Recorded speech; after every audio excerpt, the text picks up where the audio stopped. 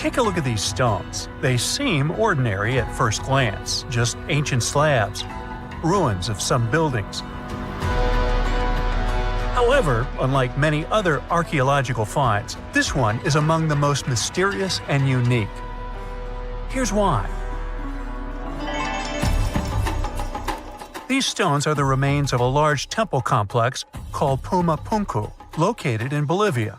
Scientists aren't certain, but it's likely that Puma Punku was built by the Tiahuanaco Empire, which existed between 300 and 1000 CE, before the Inca Empire. There is no information suggesting that this civilization had advanced building technologies. Moreover, they might not have even had a writing system. Every stone was carved and polished with astonishing precision. They fit together perfectly, like pieces of a puzzle. The craft is so refined that not even a razor blade can pass between the stones. Quite impressive for people who lived around 1500 years ago. And these stones are heavy. The largest ones weighed around 130 tons. So, how did the builders transport such weight from one place to another? Scientists suggest that this civilization did not know about the invention of the wheel. So, how did they manage to build such a perfect engineering structure? Did Tiahuanaco have the knowledge and tools for stonework? Or did someone else build Puma Punku?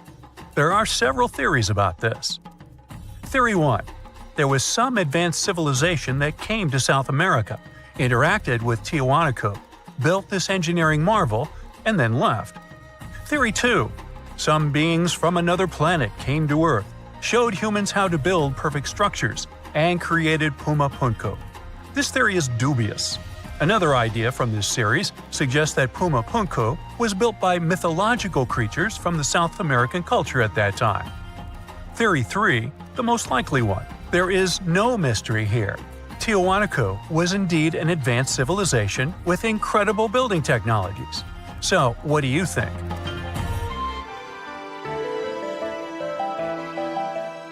Okay, we've seen some pretty rectangular stones used for building a temple. How about perfectly round stones for studying the starry sky? Or for some other purpose, it doesn't matter. So, welcome to Costa Rica.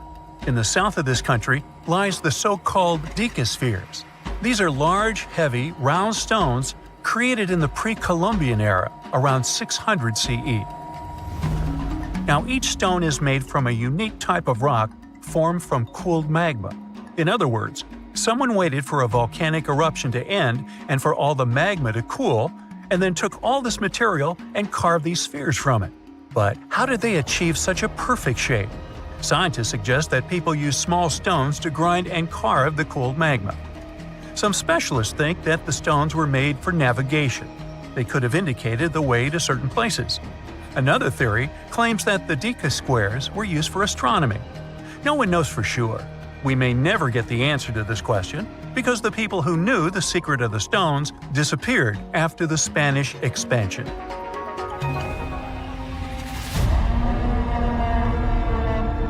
So, let's continue our journey. See these cobblestones? Archaeologists still don't know why they're arranged along a long stretch of desert crossing Jordan and Israel. These strange stones form a chain of lines 40 miles long and have been here since around 300 BCE. Because they were discovered by pilots during flights about 100 years ago, some call these stones kites.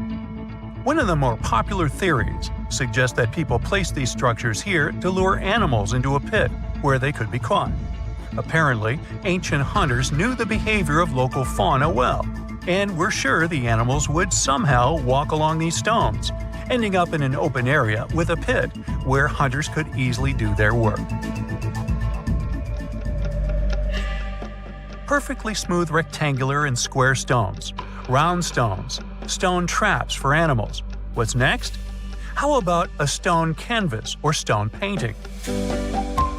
To see this ancient artifact, we'll travel to Glasgow, Scotland, where archaeologists unearthed a stone slab created about 5,000 years ago. It is called the Cockno Stone. The slab measures 43 by 26 feet, about half a basketball court.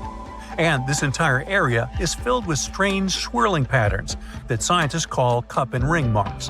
But what do they mean? As usual, scientists don't know for sure, but one theory suggests that the inscriptions on the stone are somehow related to astronomical phenomena, such as lunar or solar eclipses. Maybe it was a star map, or maybe people just wanted to create a work of art. In any case, there is another interesting fact related to the cup and ring marks. Scientists have found similar drawings in other prehistoric sites around the world. Okay, let's step away from mysterious stones and look at some other archaeological mysteries. Here is the approximate order of civilization development starting from 8000 BCE, according to scientists. First, people settle in one place and build a city or settlement there. Then they engage in agriculture, and after that, they build temples. But in 1994, archaeologists said, no, the order might have been different. What if people first built temples to worship higher mythical beings, and only then built cities and engaged in agriculture? Let's go to Turkey, to the rural area of Göbekli Tepe, where in the mid-1990s, archaeologists discovered several stone pillars with carved animals on them. This ancient structure dates back to around the 10th millennium BCE. Now, this place is considered one of the oldest places of worship in the world. Most likely, it was built by semi-nomadic hunters who knew nothing about agriculture because it appeared in this region 5 centuries later. Now, scientists are wondering, is it true that such structures led to the settlement of the area? The answer to this question may help understand the mindset and development of humanity in many parts of our planet. So, would you like a scroll with the location of a treasure marked on it? You could say you already have one. Check it out yourself. Just Google the Copper Scroll Treasure. Download a high-resolution photo of the scroll and follow the instructions. Oops! The instructions are written in an incomprehensible language. Scientists have been trying to decipher this message since the scroll was discovered in 1952 in Qumran, and the answer is still not found. According to one theory, the scroll contains information about a large amount of silver and gold. But even if the treasure does not exist, this artifact is still quite interesting to study. It was created around 2,000 years ago, during the time when the Roman Empire ruled over the settlement of Qumran. Perhaps the local residents hid their valuables from the Roman legionnaires and left such a map for their descendants. When you approach this archaeological wonder, you won't notice anything.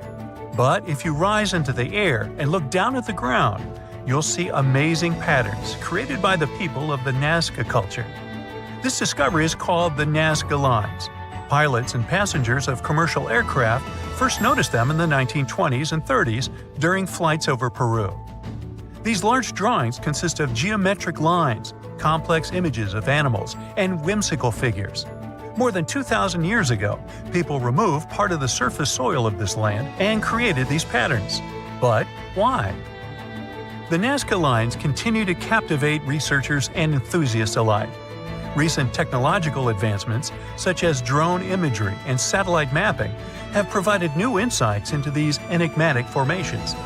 Some researchers are now exploring the possibility that the lines serve multiple purposes, including communication with someone not from our world. And to some extent, this is true. Some scientists believe that the Nazca Lines were a ritual method for communicating with the deities of the Nazca civilization. Studying these archaeological wonders not only enriches our knowledge of the past, but also inspires us to appreciate the ingenuity and creativity of the human spirit.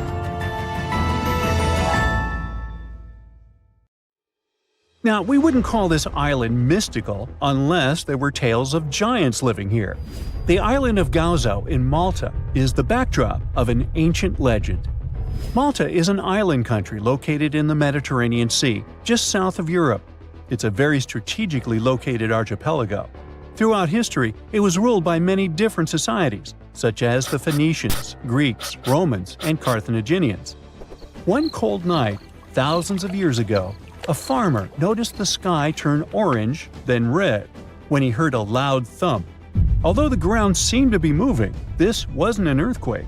When he looked toward the woods, he saw a giant silhouette, taller than the trees. As he fearfully approached, he realized it was a woman, a giant woman. She introduced herself as Sunsuna. Unlike the terrible giants of many tales, Sunsuna didn't want to exterminate the human race. She was loving and caring.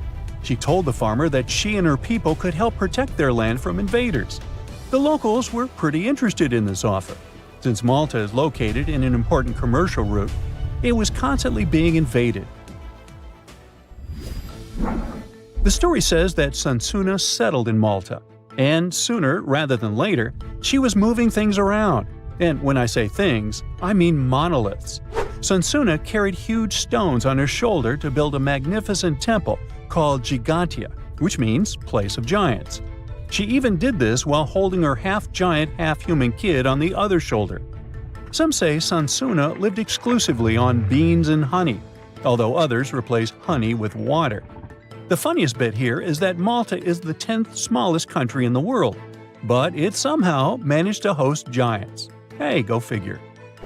The temple looked like a giant game of Tetris, with some stones weighing as much as 20 elephants. Some of these monolithic rocks are so heavy, scholars guess it would take 50 men working together to lift just one stone. Now, as much as this is entertaining, humans never proved giants were real, so this story couldn't be true. There's a brief mention of a species of giants called the Nephilim in some ancient texts. The Nephilims would have been terrible giants that wreaked havoc on the earth and only survived until the Great Flood. But nobody ever found real proof of this species really existing on Earth, until this came along. The world of Maltese archaeology unearthed quite a few shocking things in the past years. One of them are known as the hypogeum skulls. Hypogeum is the Greek word for underground, and this incredible site was discovered in the first decade of the 20th century. Back then, Malta's National Museum director received an important phone call. Someone had accidentally dug some impressive bones and asked him to come check it out. The hypogeum looked like an underground city, filled with mazes and rooms that stretched along multiple floors. They were all made with similar limestones as the Maltese temples above ground. The hypogeum was filled with important relics and artifacts. Scientists quickly understood that the hypogeum was built as a type of final resting place for locals. So, along with skulls, they found a lot of bones and skeletons. One of these artifacts were skulls, but these weren't regular human skulls. Rather, they were of the elongated type. To make matters worse, these skulls were hidden from the public for years. People started to talk and created a bunch of theories behind it. The truth is that this discovery was a turning point for Maltese archaeology, although scientists didn't know what to do with it. Some wondered if these skulls were natural or manipulated, since they knew some cultures in the world used head binds to alter their skulls. Other scientists threw in the hypothesis of little gray people or even the legendary giants. Some say that the elongated skulls could have been sculptures that worshipped otherworldly deities. There was no way to confirm any of these theories. So the question remained: who were the builders of Malta's megalithic temples? Now let's take a look at what scientists know. The Maltese megalithic temples have been standing strong since 3500 BCE, which is even older than the pyramids of Egypt. The main dilemma here is that these temples were built even before we invented writing, yet they required advanced technological skills to exist. The Gigantia Temple seems too absurd to have been built by humans. The South Temple has a corridor with 4 oval rooms on the sides, looking like a big shamrock leaf. In one of these rooms, scientists found altars decorated with spiral patterns. It looked like an altar of some sort, indicating early Maltese people used them for ritualistic purposes. The North Temple is similar but smaller, with a very low entrance that makes people crouch down to get inside. You get it? You need to bow down to their deities in order to get into this sacred place. I mean, one can't help but wonder about the secret reasons these ancient builders had to build such a huge temple. I'm thinking they probably cast one of Daenerys' dragons to move the monoliths around. Yeah, I'm joking here. But hey, remember the entrance to King's Landing? Yup, the series used the Medina Gates in Malta as the exterior of King's Landing during Episode 3 of Season 1. Anyways, back to the giants. The ritualistic theory of the whole thing won a few points when archaeologists uncovered these mysterious figures. They're popularly known as fat ladies. These tiny statues have round bodies and faces that show how much they enjoyed life. They kind of look like a miniature Sunsana, the giantess we talked about. Scientists believe these were statues that celebrated well-being and prosperity. It does prove that the people of the time had advanced craftsmanship skills, and they were pretty intentional with their constructions and art manifestations. One of these statues is known as the Sleeping Lady. This Neolithic piece of art depicts the figure of a large woman lying on her side sleeping. After studying it deeper, scientists guessed this statue was meant to represent the Great Reaper. It was found in the hypogeum, which we now know was a huge resting place. This specific statue is different from all the other fat ladies, starting with the hair and the embroidered skirt. Then there's this statue. This is supposed to represent an 8-foot-tall woman and the rim of her skirt. She was discovered in the most unusual of ways. A farmer was trying to plow his field, but he kept hitting large blocks of stone. All the way back in 1915, the farmer called Malta's National Museum director and asked him to come check it out. Some think this is all the proof you need to confirm that Sunsana was real. Others aren't all that sure. But that's not all. The place where this giant statue was buried revealed one of Malta's most impressive archaeological sites, the Tarsian temples. The temples were made from limestone blocks. Some are 20 feet tall and weigh around 20 tons.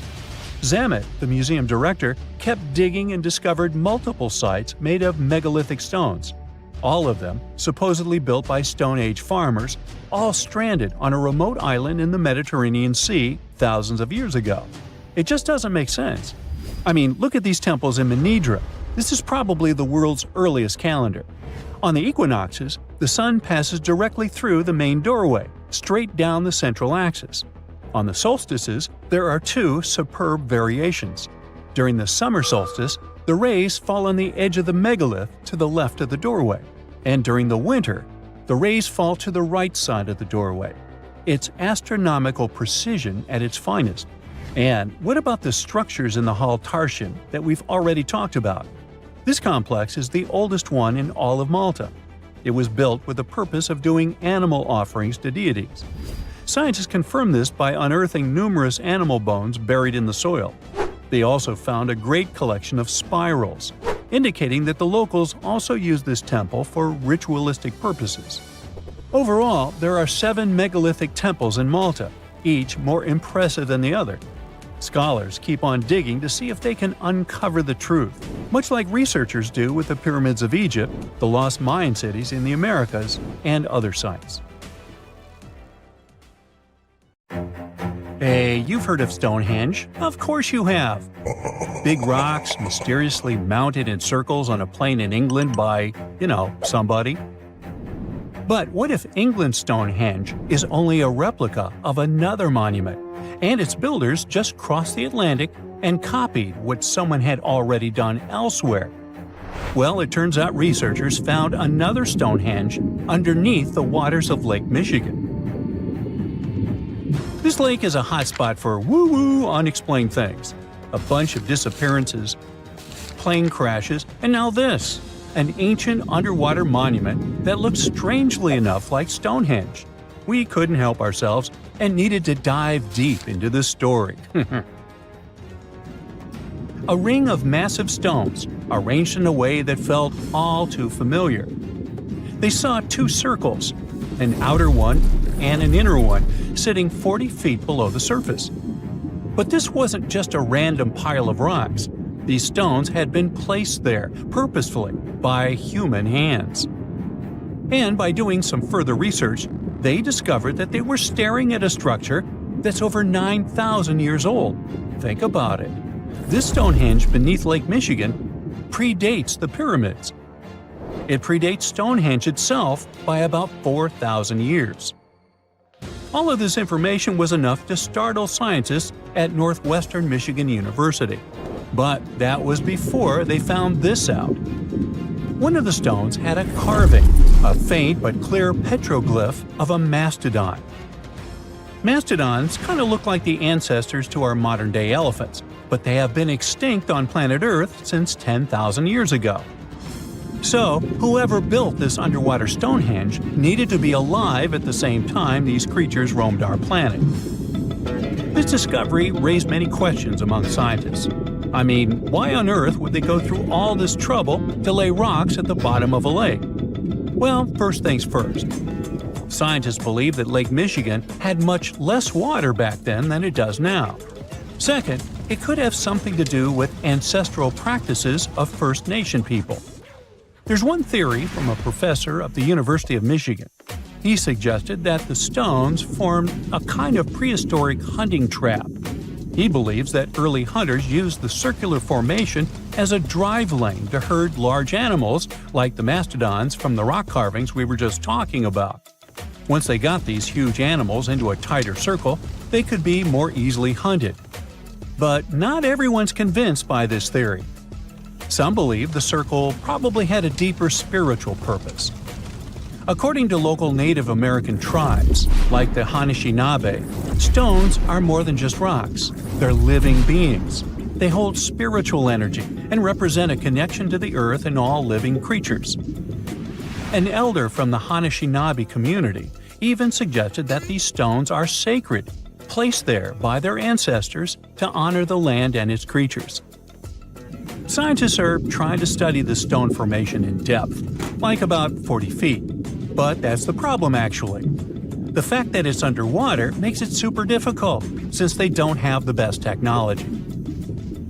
Traditional archaeological tools don't work as well when everything is submerged, but promising new technologies like stereophotogrammetry, which literally means making 3D models of a site, are helping scientists study the stone circle more closely. Still, research is slow and expensive, so it's hard to know when this mystery will come to a close. As we said, Lake Michigan is a hot spot for unexplained phenomena. Its lakebed is filled with shipwrecks, such as the Thomas Hume, a sturdy American schooner. It also collects debris from airplanes that have suddenly gone missing while flying the area, such as Northwest Airlines Flight 2501 that disappeared in the 1950s. Some people even call the area the Lake Michigan Triangle, suggesting paranormal activities like what happens in the Bermuda Triangle might be going on. The lake spans over 22,000 square miles, which means it's almost two-thirds the size of the country of Ireland. In 2024, scientists were able to access another one of Lake Michigan's mysteries, the wreck of the Margaret A. Muir schooner. This 130-foot-long sailing ship sank over 130 years ago. The discovery was announced just recently by the Wisconsin Underwater Archaeological Association, the WUAA, whose team found the shipwreck sitting 50 feet below the surface just off the shores of Algoma, Wisconsin. Built in 1872, the Margaret A. Muir was a three-masted schooner built to carry heavy cargo across the Great Lakes. Her final voyage started out as a routine trip. Loaded with bulk salt, the ship left Bay City, Michigan, heading for South Chicago, Illinois. But on September 30th, 1893, things took a bad turn. Just as the Muir approached the town of Annapolis, now known as Algoma, a sudden storm hit. The ship began taking on water fast. The captain of the boat ordered his crew to abandon ship, and thankfully, they all made it to shore safely. For more than a century, the wreck sat undisturbed on the lakebed, its location a mystery. But thanks to a combination of historical research and high-resolution sonar, WUAA searchers finally found her in May of last year. The wreck is remarkably well preserved, with parts of the deck and gear still visible. Well, just a few lakes over to the left, researchers uncovered another impressive thing. At the bottom of Lake Mendota, near Madison, Wisconsin, researchers found 11 ancient canoes. They believe the oldest of the canoes dates all the way back to 2500 BCE. Now, if you don't get why that's important, it's because you're thinking with today's head. If in a classic Midwest highway you see a bunch of pickups, then back in the ancient days you see only canoes. They were the main mode of transportation for indigenous cultures. They were used to fish in deep waters, trade goods, and travel long distances. The reason why scientists were so excited with its discovery is because they had never found any proof of what canoes were being used for in this region back then. And to understand the local cultures that inhabited the area during this time period, they needed to have some information on that. This exciting discovery was announced by the Wisconsin Historical Society in May 2024. The first canoe, which they believe is around 1,200 years old, was pulled from the lake in 2021. Then a second one was dug up in 2022. And now divers have found at least 11 more canoes along what would have been an ancient shoreline, long since submerged. One theory is that these canoes were intentionally sunk to keep them from freezing or warping in winter. It's possible people stored them in the same spot for generations. Or maybe this is just a small part of a much bigger settlement. Historians do believe there could be an ancient village hidden under the water of the lake. Divers have already found stone tools, like net sinkers used for fishing, but the village itself hasn't been located yet. Truth is, while the Great Lakes often steal all the thunder, scientists point out that smaller lakes like Mendota have stories too. The Wisconsin Historical Society is working closely with Native nations to piece together more about the lake's history.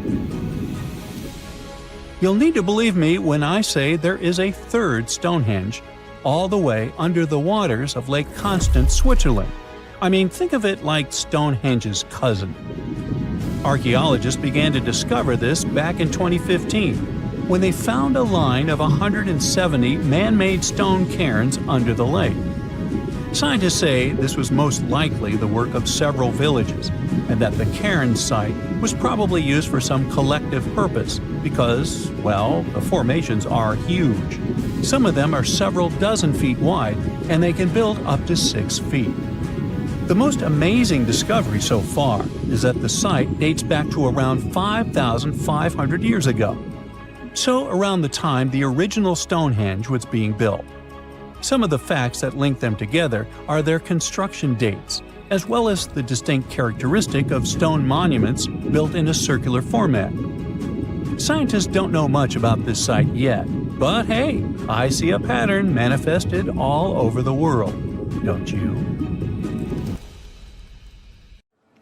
We all grew up believing that Stonehenge is the world's most ancient observatory, but now it has some serious competition for the title.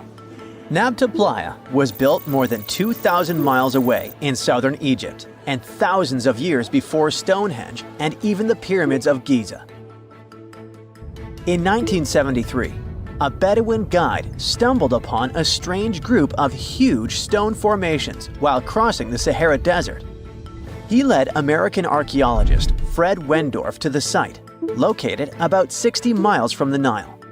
Wendorf's friend and colleague claims the team found the stones while stopping for a bathroom break in the desert.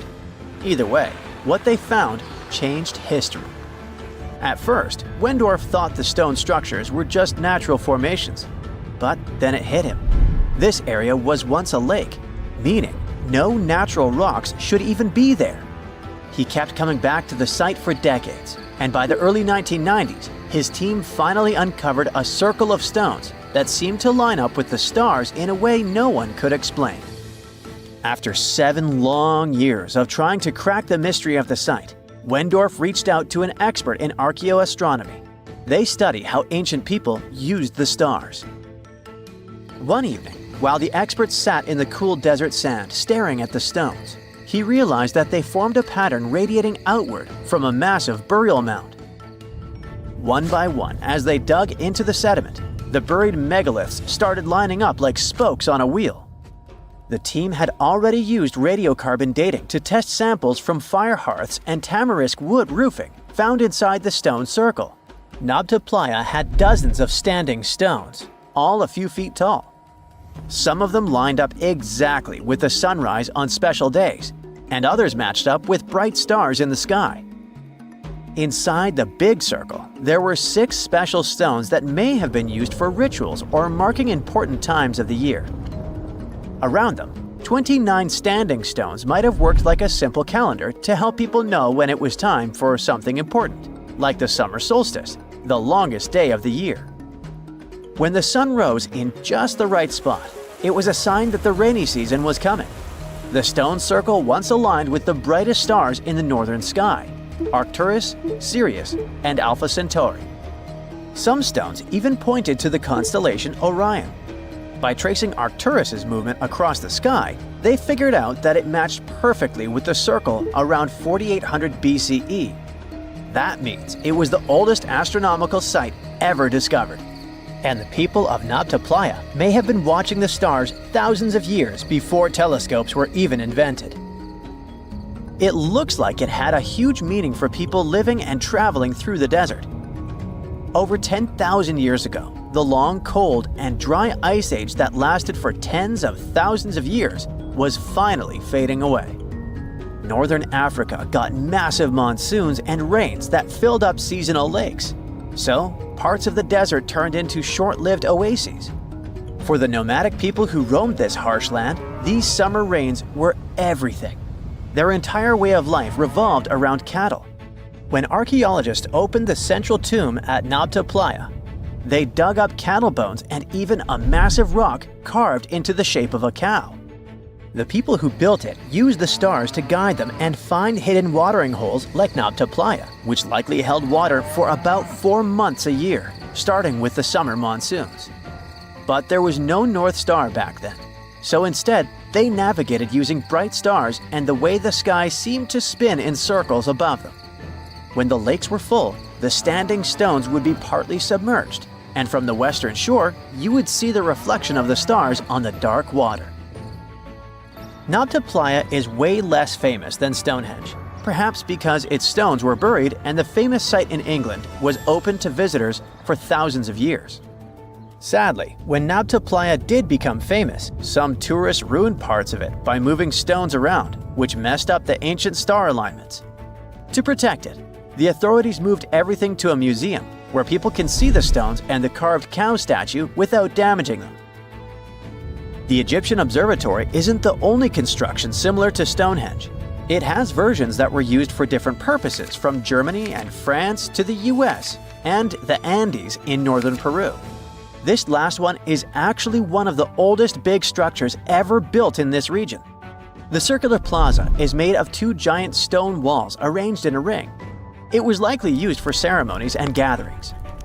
Scientists have carbon dated it to be about 4,750 years old, which means it was built before the Great Pyramids of Egypt and Stonehenge. The plaza had 2 entrances and a special layer of clay, soil, gravel, and charcoal underneath. It was carefully planned and built. Archaeologists also found ceramic pieces, quartz crystals, and gemstones at the site, so it was definitely a special place. People visited it for centuries, but at some point it was sealed off, probably because of changing beliefs and traditions. The most recent discovery was the remains of a large timber circle roughly the same age and with parallels to Stonehenge, all the way up in Denmark. This open-air structure was likely part of a special area where prehistoric people from the late Neolithic and early Bronze Age gathered for rituals and ceremonies. The circle was made up of 45 giant wooden posts, forming a huge ring about 100 feet wide. The wood is gone now, but scientists believe tall timbers once stood in the holes and created an impressive wood henge. No one knows exactly what these circles were used for, but archaeologists have found animal bones and food remains at similar sites.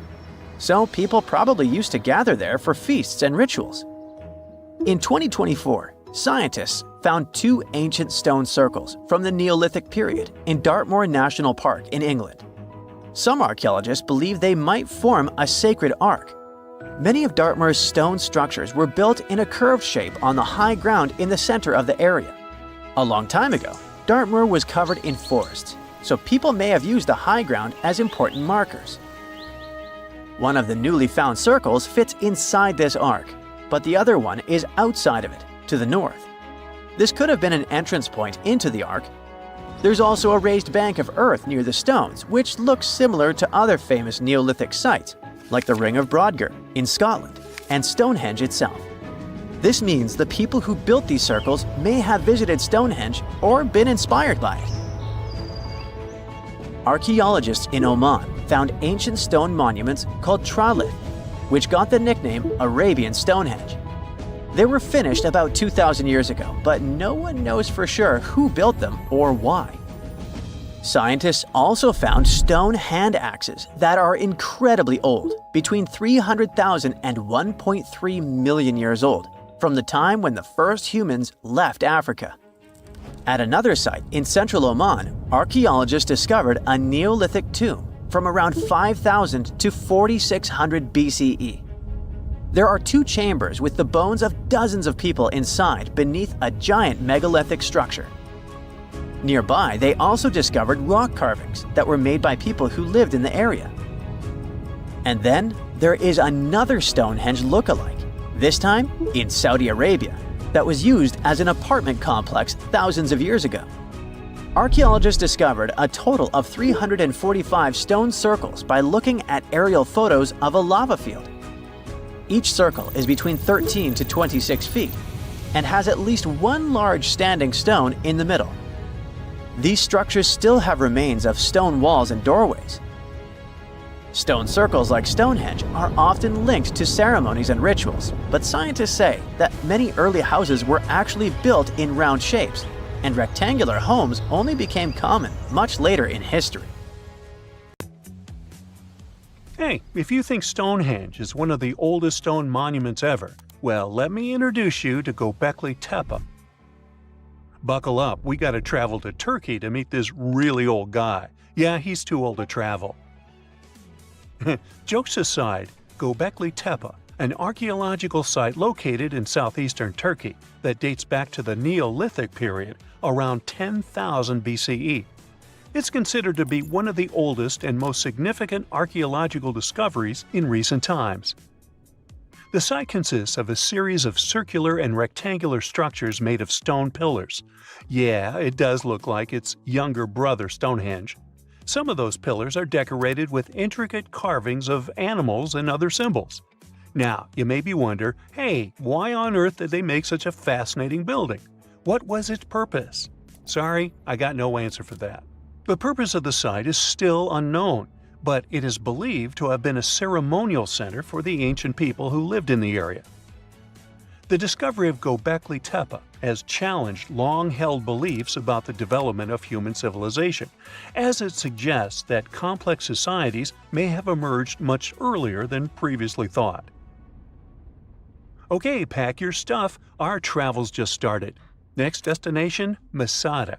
It's an ancient fortress located in Israel on a plateau overlooking the Dead Sea. Hey, look at that view, spectacular, huh? It was built by King Herod the Great in the 1st century BCE, and it was very smartly built.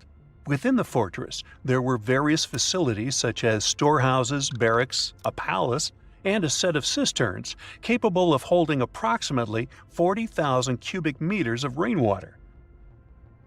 People living there believed that the collected runoff from a single day's rainfall could provide sustenance for over 1,000 individuals for a period of 2 to 3 years.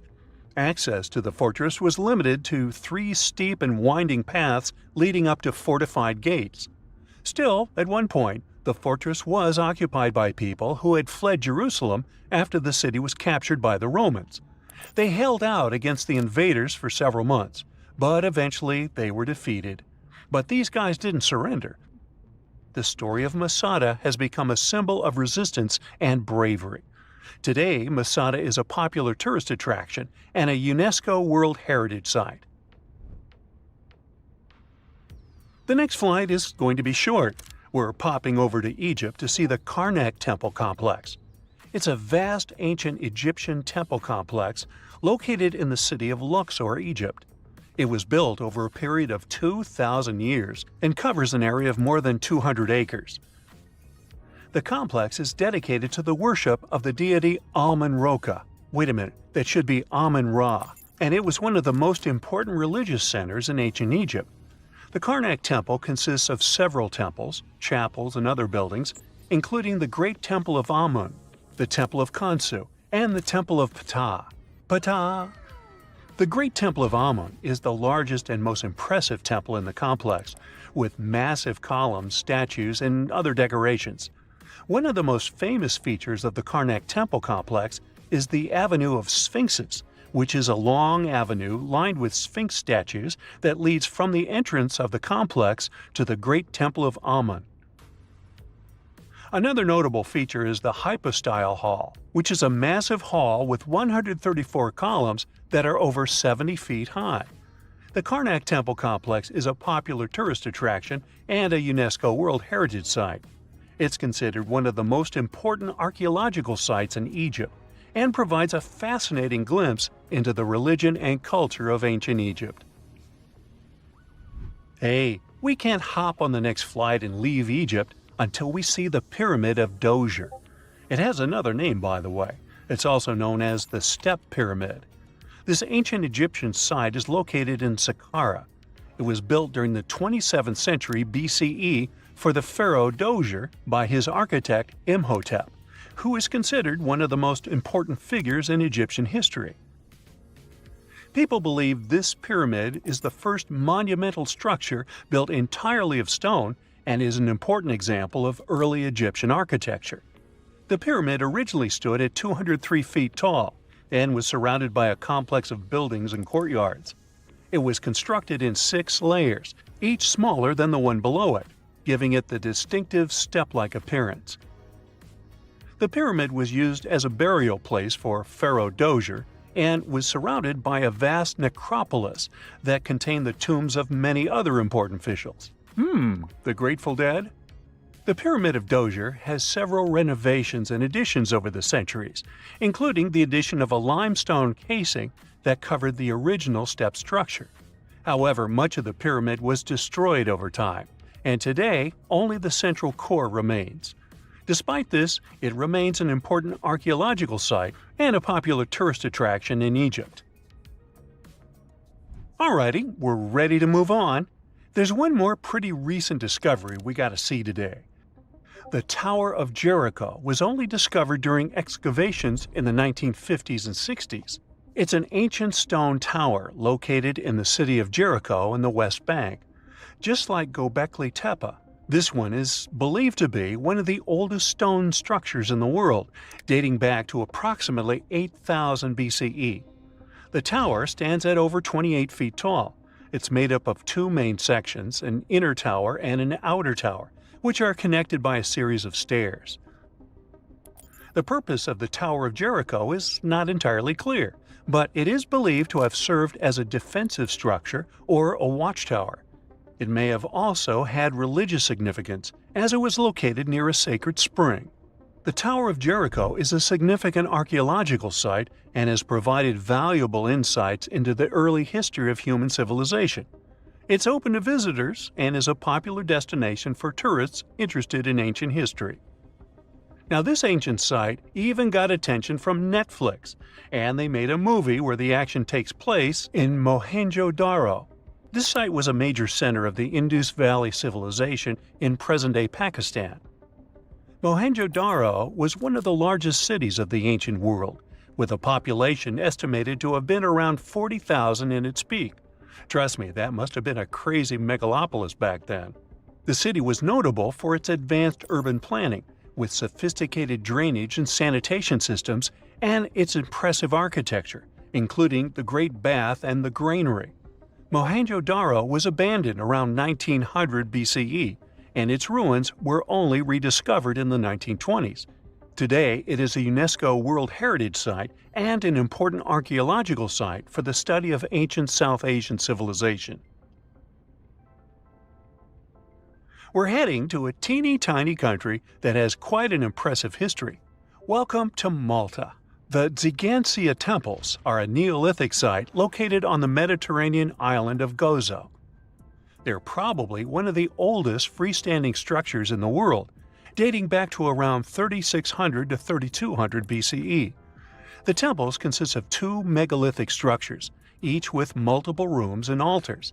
The name Xigantia means giant tower in Maltese, as people believe that only giants could have built such massive structures. The temples are believed to have been used for religious purposes and are considered to be an important example of prehistoric architecture.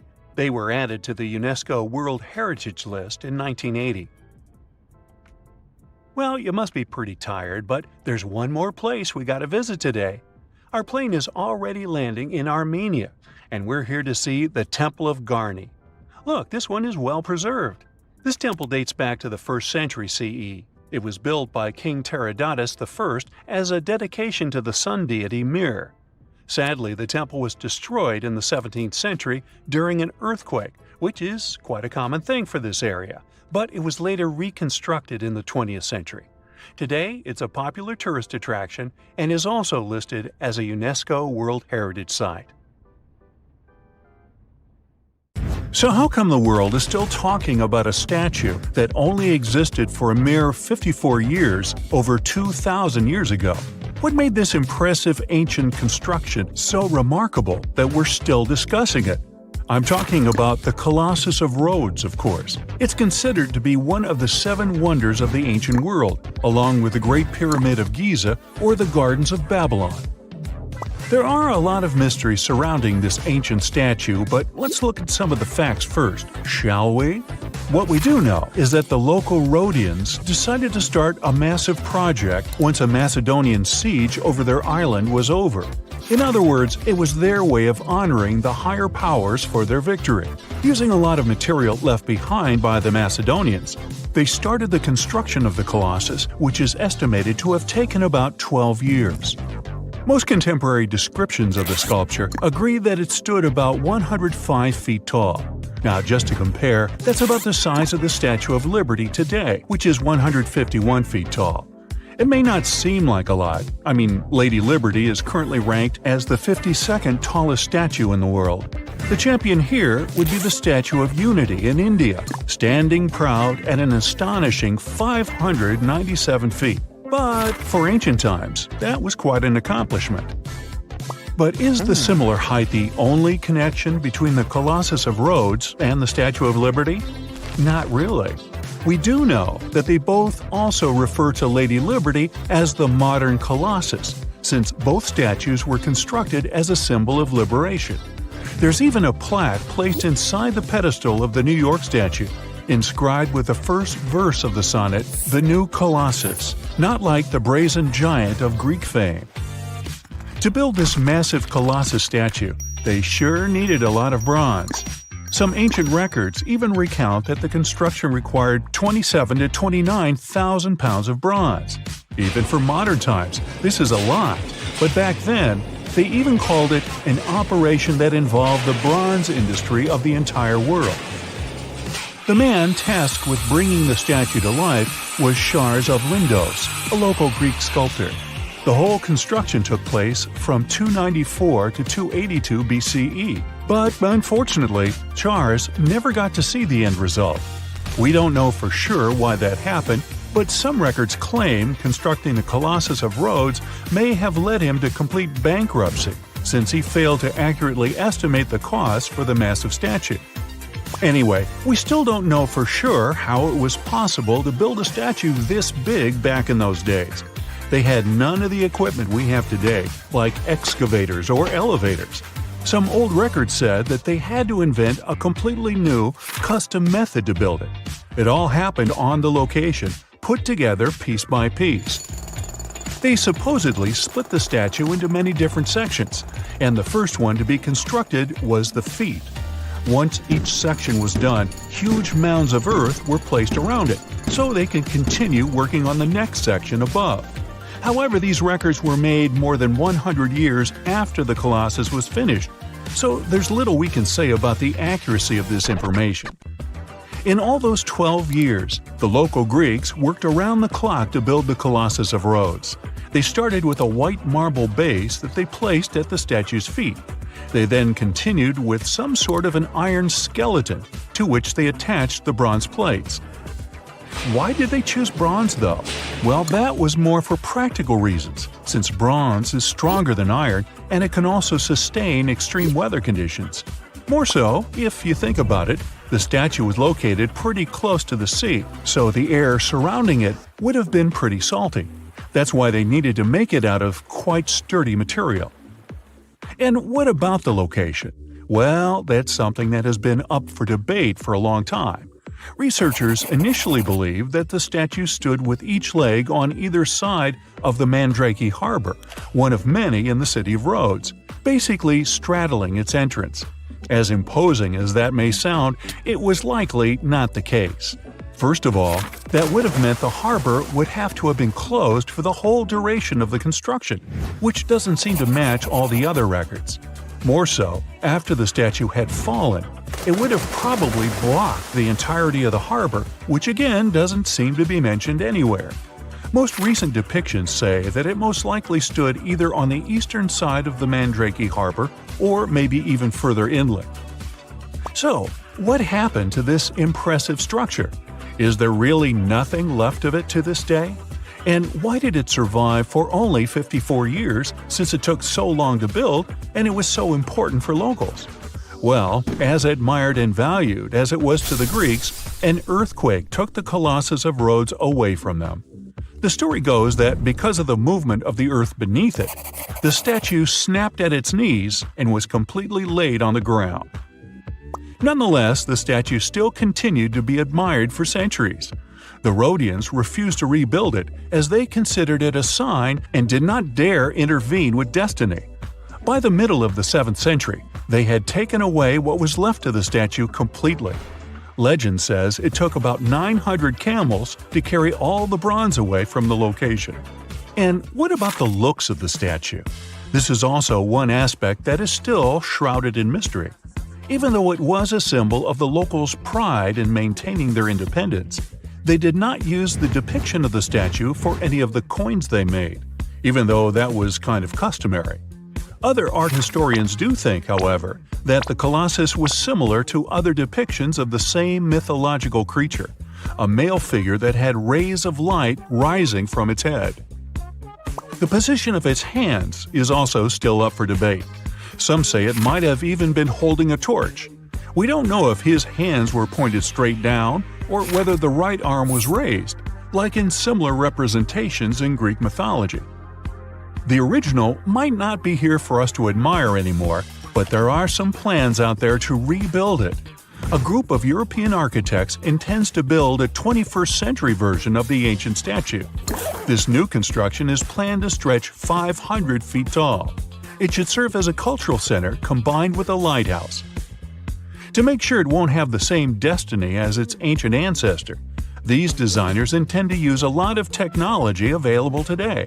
Firstly, they plan to cover the whole exterior of the modern Colossus with solar panels so that the enormous building has enough electricity. They also intend to use modern resources to make sure earthquakes and wind forces won't affect the massive structure yet again. To do that, they plan to build the statue as a tripod structure, made from its 2 legs and a third pillar of support, constructed from the sash draped over the statue's arm and touching the ground. They also plan to place heavy steel support around the base for counterbalance. They even thought of a suspension system that would permit the statue to rock back and forth, making it a bit more flexible and able to resist all the various weather conditions. The manufacturer's suggested retail price on this project is quite high though, estimated at around $283 million. Supporters of the modern Colossus are optimistic as they are certain they can raise that impressive amount of cash through crowdfunding and private investments. Ever since Plato wrote about the allegory of Atlantis, humanity has been fascinated with the possibility of the discovery of a thriving underwater civilization. Fancy joining me on a trip to a few historic underwater sites? Let's see what we can find out about ancient civilizations. The first one on our list is what is being called the underwater Stonehenge. Scientists have recently discovered a mysterious pile of cairns that stretch for miles under the shimmering waters of Lake Constance at the borders of Switzerland, Germany, and Austria. Archaeologists began to explore the site back in 2015, and they haven't been able to understand yet what it was actually used for. What they do know is that there is a 12-mile line of 170 human-made stone cairns under Lake Constance. Scientists say this was most likely the result of a combined work of several villages. The cairn site was probably used for some collective purpose. The formations are huge. Some of them are several dozen feet wide. The most amazing discovery so far is that the site dates back to around 5,500 years ago. Now, what were we humans doing back then? We were living in the prime years of the so-called Stone Age. We were beginning to make artifacts from stone and use them to hunt and eat. Can you imagine what a knife and fork might have looked like back in those days? It's no coincidence that scientists call this site the underwater Stonehenge, though. Both sites are believed to have been built around the same period of time. You see, Stonehenge dates back to around 3100 BCE. Both sites carry the distinct characteristic of stone monuments built in a circle. Not to mention the fact that scientists also haven't figured out why on Earth our early ancestors would feel the need to build a monument such as Stonehenge. Well, the mystery of Lake Constance hasn't been solved yet. Who were the Neolithic people from this area? And for what purpose did they go through such an amount of work and effort to build this huge stone site? Next, we're taking you on a tour of the Ryukyu Islands just off the coast of Japan. You're diving deep down to an archaeological site. But I should warn you, the waters of the Pacific Ocean are far from smooth. It doesn't take long before you see a huge structure, thanks to the sunlight shining down on the seabed. At first, it looks like Machu Picchu's ruins located across the globe in Peru. As you approach the site, you slowly figure out its forms. A pyramid-shaped structure, arches, staircases. It's something that could have easily been a palace or a castle. Could this be a sign of human activity? What you've just seen is known today as the Yonaguni Monument. It also goes by the name of Japan's Atlantis. The entire monument is about the size of 5 soccer fields and the height of a 5-story building. Its most surprising feature is its expanse of terraces. Explorers and scientists believe that Yonaguni might be 10,000 years old. But whether it's a human-made structure or a natural formation is still under debate. For Japan's top marine geologist, Professor Masaki Kimura, Yonaguni is the heritage of a lost civilization. Kimura has dived to the bottom of the ocean to explore the ruins over 100 times over the past 10 years. According to him, there are clear signs of human activity down there. On the monument's surface, there is a triangle-shaped concave that is a historical symbol of water fountains in the region. There's also a giant turtle carved on the eastern side of the structure. And, according to Kimura, turtles have an important cultural meaning. Several pieces of stone tools have been recovered from the site. Their estimated age is around 10,000 years. However, not all scientists support this theory. For many, Yonaguni is the result of thousands of years of erosion. The fact that the monument is composed of one massive rock leads them to believe it's not human-made. The defined edges and flat surfaces resemble a natural formation in Northern Ireland, known as the Giant's Causeway. The basalt columns look like the ruins of a palace, but they're actually the result of volcanic activity in the region. Now, you're flying to the coast of Greece, 4 hours away from Athens. More specifically, you're in the Peloponnese Peninsula. You dust off an old snorkel and head for a free dive on a bright sunny day. Sometime into the dive, you start noticing patterns on a seabed. 13 feet below the surface, outlines of familiar objects start to appear, one by one. As you continue swimming, what looks like the outline of an entire city emerges in front of your eyes. Are you wondering how water could have taken the whole city? Rocks are perfectly aligned into what appears to be the foundation of a building. This is Pavlopetri, an ancient city you've probably heard about for the first time. It was discovered by Nicholas Fleming, a British oceanographer, when he was on vacation in Greece. He had heard rumors about Pavlopetri's existence and indeed found several artifacts on the seafloor. He went back to the area a year later with the team. They found a site filled with pots, storage vessels, and tools. A kernstone, for instance, is a tool used for grinding grains and turning them into flour. Multiple amphoras indicate that this settlement dates back to the Bronze Age, 5,500 years ago, when people started living in towns. The settlement is believed to have existed for over 2,400 years. Today, Pavlopetri is considered the oldest submerged town ever discovered, and what's impressive is that it wasn't a simple village. It was a vibrant port city with stone buildings, a marketplace, streets, and even squares.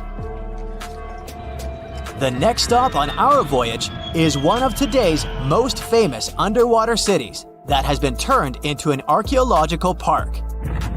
The city of Port Royal in Jamaica exists only below the surface, but in 1692 it was one of the wealthiest cities in the Western Hemisphere. Port Royal was the center of the British Empire at the time and an important trade city that attracted people from all over the region. It was also home to real-life pirates of the Caribbean. On the morning of June 7, 1692, the people of Port Royal met a different fate than they had probably expected. The city woke up shaking. People were thrown out of their beds by the power of a massive earthquake, ranking 7.5 on a Richter scale. One survivor said he had seen Earth opening up and swallowing the whole town. What he said could be true, as the city was mainly built on sand. The ground swallowed buildings, roads, you name it. Geysers erupted, and finally, waves as big as 10-story buildings hit the city. About 33 acres of the city disappeared under the water. Amazingly, most of its 17th century remains are still in good condition under 40 feet of water.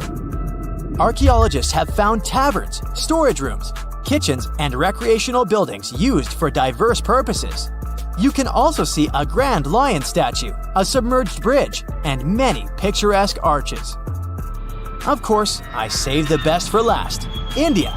Just off its coast lies another sunken marvel. A site known as the Lost City of Cambay is located in the Gulf with a similar name. It remained undiscovered until 2001, when the National Institute of Ocean Technology made a routine water assessment. With the help of sonar technology, which sends a wave sound to the bottom of the sea, they found something far beneath the surface. Images showed well-defined geometric shapes spread along a 5-mile stretch. The remains date to more than 9,500 years ago, meaning this civilization was lost at around the end of the Ice Age. Debris recovered from the site included construction material, pottery, beads, sculptures, and even bones. Scientists argue whether these artifacts are indeed from the site, but if they truly are, then the lost city of Cambay might be the oldest civilization in the world. Hundreds of thousands of tourists try to push it back up for cool photos. But can anyone really save the Leaning Tower of Pisa from falling over? The tower is one of the most famous examples of medieval architecture and a part of a complex called Pisa's Field of Miracles. In the 12th century, when the construction began, it was pretty unusual for a bell tower to stand away from a cathedral. But that is, of course, not the most unique feature of the tower. No one actually planned for it to be leaning on one side, but things happen, you know. It started tilting southward shortly after the beginning of construction because of the soft ground under its foundations. That soil couldn't handle the weight of the heavy white marble and started to go down. The builders decided to get creative and add each next floor at an angle to fix the tilt, but it didn't help. Once 3 of the 8 floors were finished, the tilt was so obviously getting worse that they had to halt the process to solve the problem. Because of a major conflict between Pisa and the city-state of Genova, the construction stopped for around 100 years. This time was enough for the soil to get in a better condition. A new architect took charge of the process, and in 1372, the tower was ready, tilted at 1.6 degrees. A popular legend says that Galileo Galilei, a famous Italian astronomer and physicist, dropped 2 different weights from the tower to prove that lighter and heavier objects fall at the same speed. If that legend is true, he would have done it when the tower was tilted at about 3 degrees. Almost 3 centuries later, an architect working on the tower wanted to show the world the beautiful carvings on its base, hoping to increase its value. Sadly, it made the construction tilt like never before. Oops. But even despite all this, Pisa's main symbol managed to survive at least 4 massive earthquakes. It turned out that the moldable soil prevented the tower from resonating with earthquake ground motion.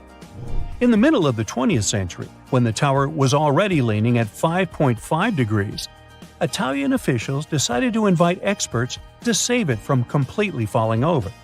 Ideas on how to preserve the ancient monument arrived from all across the world, and they created a special international committee. They came up with an idea to extract soil from beneath the tower's northern foundation to put it back in an upright position. The team ran computer simulations and decided to bring the plan to life before it was too late. Workers wrapped steel bands around the first level of the tower to protect the stone. They put an impressive amount of lead weights on the northern side of the tower and connected it to cables set deep underground. Then they started drilling and removing the soil step by step. This method worked and helped to pull the tower against the direction of the tilt. The team had to repeat the process over several years at 41 different locations around the tower. Talk about perseverance. In May 2008, the tower finished straightening and finally stood still. It lost a total of 19 inches of its tilt. Not bad at all. Engineers believe it will stand strong for at least another 200 years. And with the technology of the future, it should be easy to fix it again and let it stand for another 800 years. Or who knows, maybe robots will figure out how to preserve it forever. So, you have no reason to worry about the Leaning Tower of Pisa. But you might get concerned about the future of some other leaning towers around the world. The bell tower of Syracuse, Germany, held the official title of the world's furthest leaning church tower for years. It was built of granite more than 625 years ago on marshy soil. The foundation was made of oak tree trunks.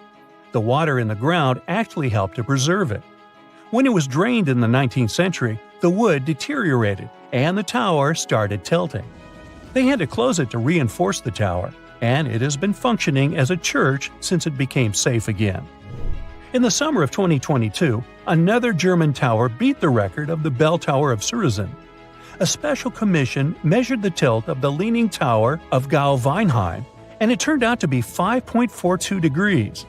It's a medieval fortified tower, and its bell still rings 3 times a day. The most famous clock tower in the world, London's Big Ben, is also leaning on one side. By the way, Big Ben is actually the name of the bell inside the tower, which was renamed the Elizabeth Tower in 2012. Anyway, the tower is now leaning about 1/4 of a degree to the northwest. It sounds like nothing, but in the long term, it could become unstable. Experts don't know what's causing the tilt. There's a theory that says that the London clay on which Big Ben stands is drying out. The keeper of the great clock mentioned it could be between 4,000 and 10,000 years until the tilt becomes a serious problem. I can wait.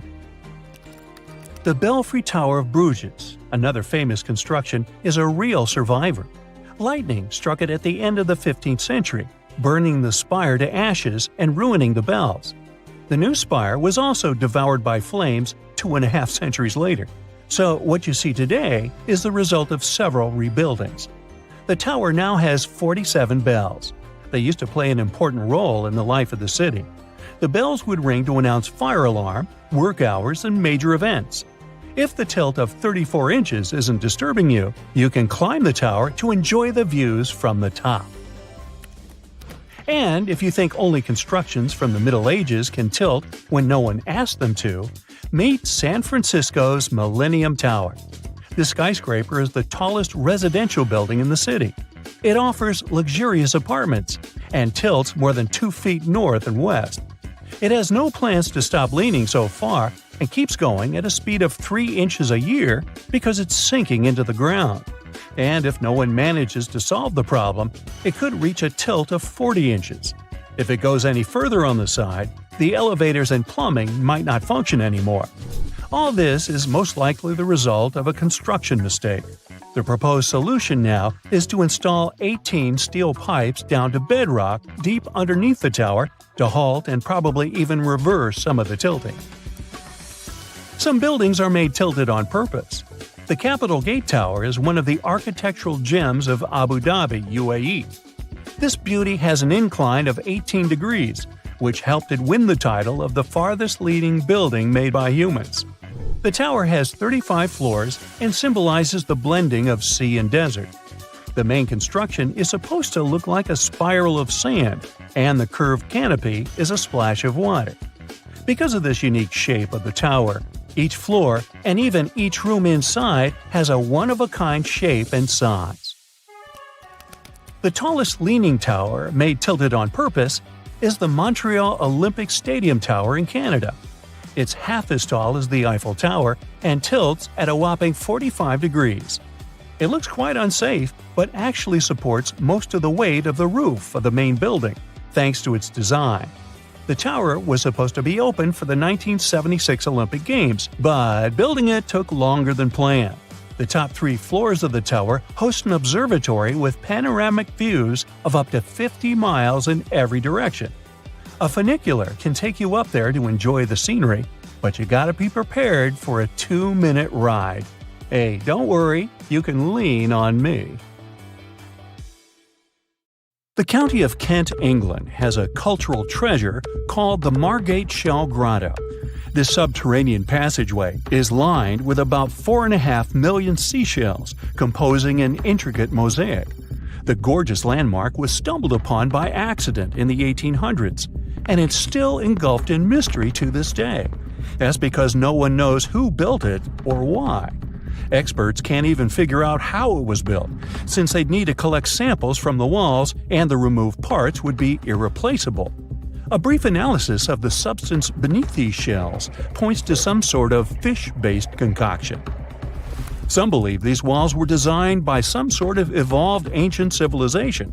Others describe the Margate Shell Grotto as belonging to either Egyptian, Roman, Indian, or Phoenician architecture.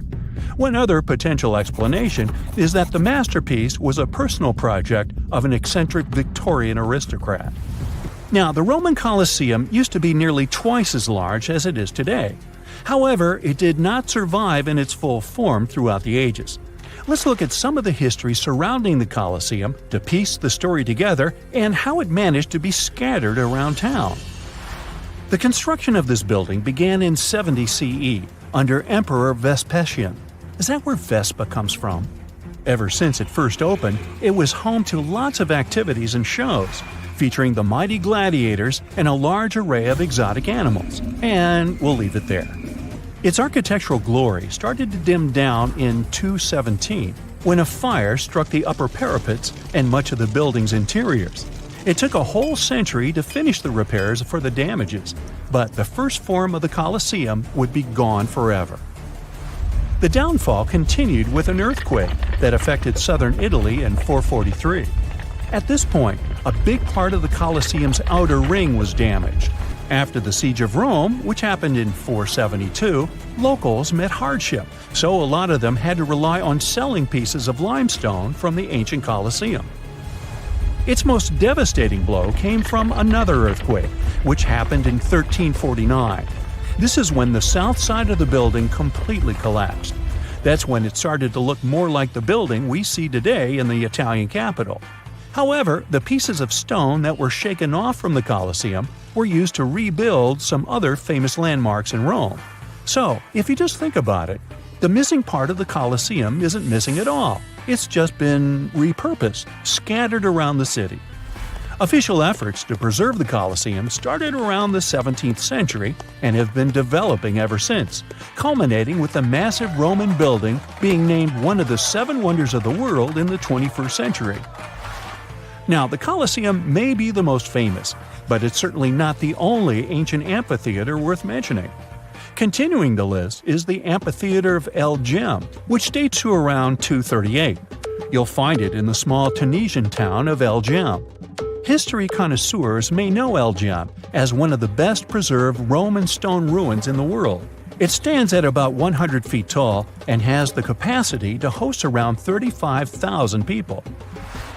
No list of important ancient sites is complete without mentioning the glorious city of Pompeii in Italy. A massive eruption of the Vesuvius volcano covered the entire city in a considerable layer of volcanic ash. Luckily for us, though, what was left underneath that layer was very well preserved, and it's been studied ever since its discovery in the 1800s. Pompeii was originally inhabited by the Oscan tribe long ago, but it was then transformed into a colony during the ages of the Roman Empire. It has some of the best preserved villas, baths, shops, and even residential buildings. Tourists can also walk across paved streets and see artworks like sculptures, mosaics, and wall paintings. Now, when visiting Peru, most people head over to Machu Picchu. But let me tell you a little secret. Machu Picchu is not that ancient, as it's estimated to have been built in the 15th century CE. If you're looking for something a bit older, the ruins of Caro, also situated in Peru, might be a better choice, as it's one of Southern America's oldest urban areas. No sign of brutality was ever found here in this area, so archaeologists suggested that this place was home to a peaceful society. It's believed they used commerce to make ends meet, and they also enjoyed music. That's because one of the most significant discoveries made here at this site was the impressive collection of musical instruments, which featured 37 cornetos made of animal bones, like deer and llama. Another 33 flutes were found here, which were estimated to date as far back as 2170 BCE. The ruins of the ancient city of Pella in Jordan date back to over 6,000 years ago. They are also a notable example of advanced societies that have been long gone, as it features ancient theaters, Roman baths, and a fountain house. What makes this location even more important is the fact that archaeologists believed it has been populated ever since the Stone Age. The ancient theater of Fourvière is a secluded gem hidden in the French city of Lyon. Archaeological data estimates it was built over 2,000 years ago, and it offers a gorgeous view of the city. Able to seat about 10,000 people, this ancient theater is home to the famous Nuit de Fourvière, a music festival. Now, back in Greek and Roman times, it was called Heliopolis, or the City of Sun. These days, Baalbek features a temple complex that's home to 2 of the biggest Roman temple ruins, the temples of Bacchus and that of Jupiter. Should you want to visit it, you'll need to head over to eastern Lebanon, where these temples are wonderfully preserved to this day. We do know they date back to about the 2nd or 3rd century. The Ellora Caves in India are said to date back as far as 600 CE, and they stretch across more than a mile. Located in the state of Maharashtra, here's where you can visit a rare array of 34 temples, which were intricately carved out of the mountainside. They're filled with delicate works of art like paintings and sculptures. The so-called Cradle of Humankind is home to the oldest record of humankind's history. It's found near Johannesburg in South Africa and features some of the oldest hominin fossils ever discovered. Here you can find roughly 40% of the world's human ancestor fossils. One interesting fossil is that of an Australopithecus africanus called Mrs. Please, who's estimated to have lived around 2.5 million years ago. Fun fact, they even let you have a wedding here. Another temple complex that goes back to the 10th century is Kol Kir, and this one is in the jungles of Cambodia. The journey to reach this ancient site is not easy, and most tourists prefer to use tuk-tuks, a 3-wheeled taxi, to get there. The most important monument here at Kol Kir is named Prasat Tham. Only a limited number of tourists are allowed to climb the staircase to the top to reduce their exposure to damaging elements. but the views are worth it if you don't have a fear of heights. You'll see about 40 inscriptions that go as far back as 932. A lot of monuments from the complex aren't open to visitors, since they are still hidden in the forest and the area is not safe.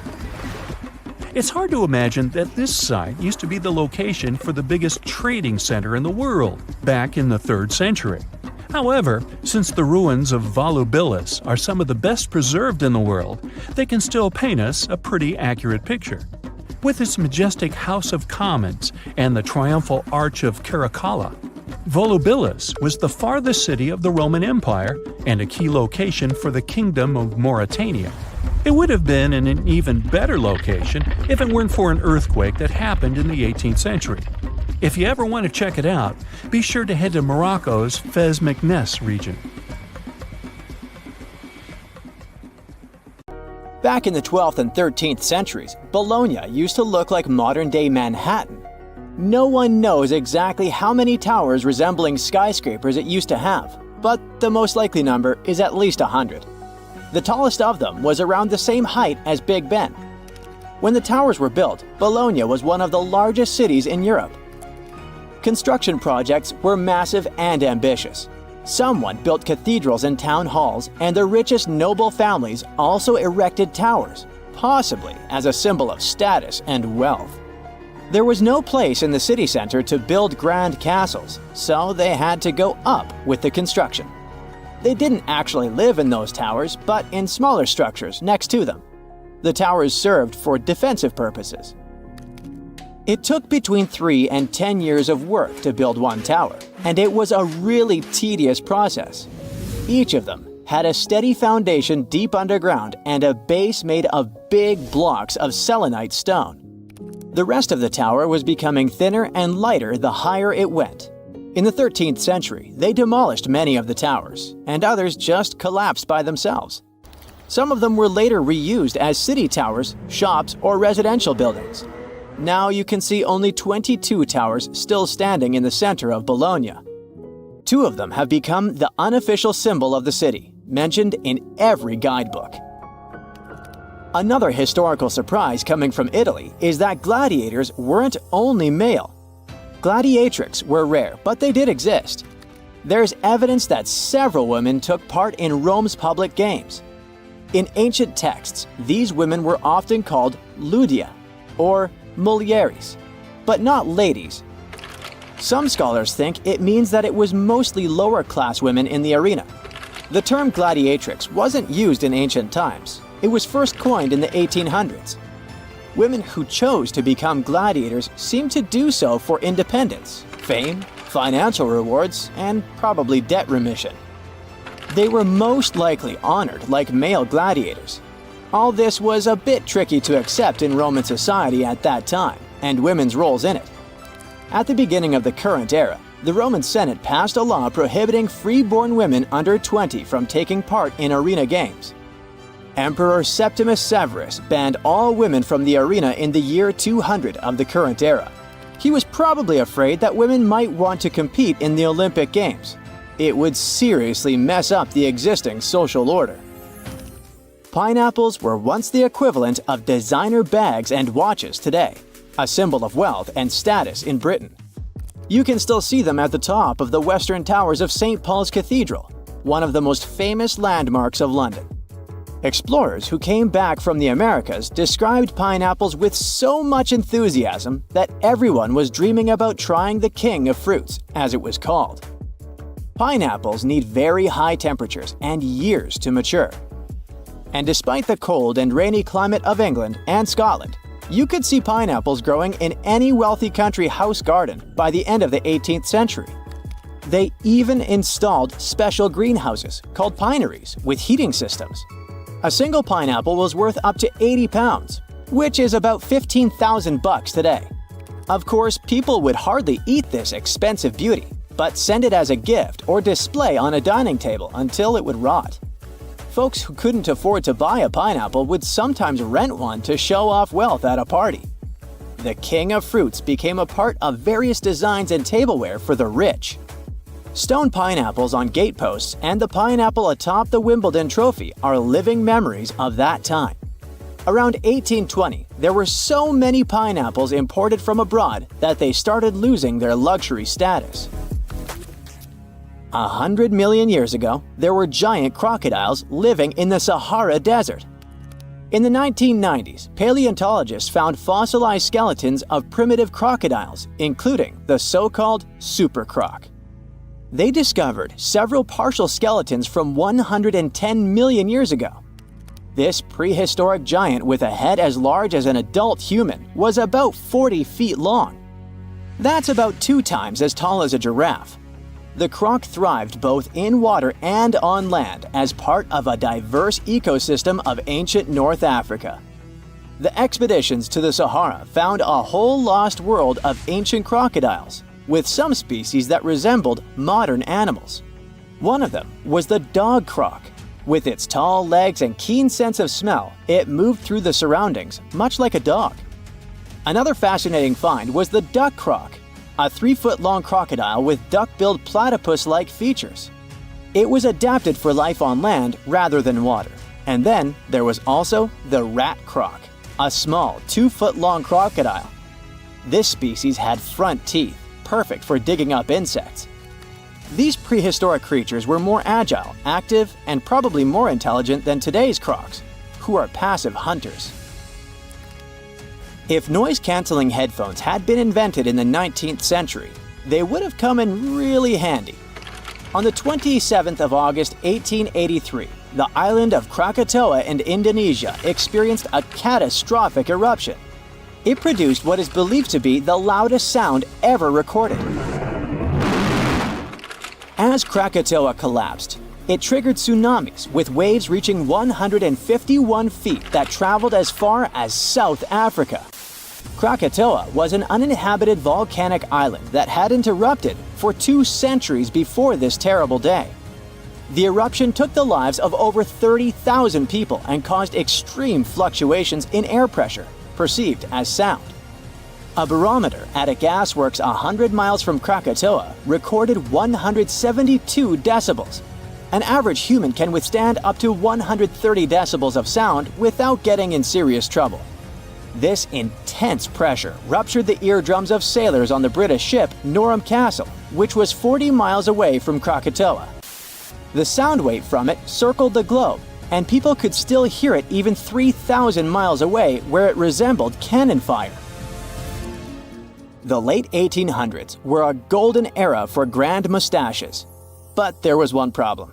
You couldn't enjoy a cup of tea with this kind of facial hairstyle. The heat from the tea would melt mustache wax and make the ends droop.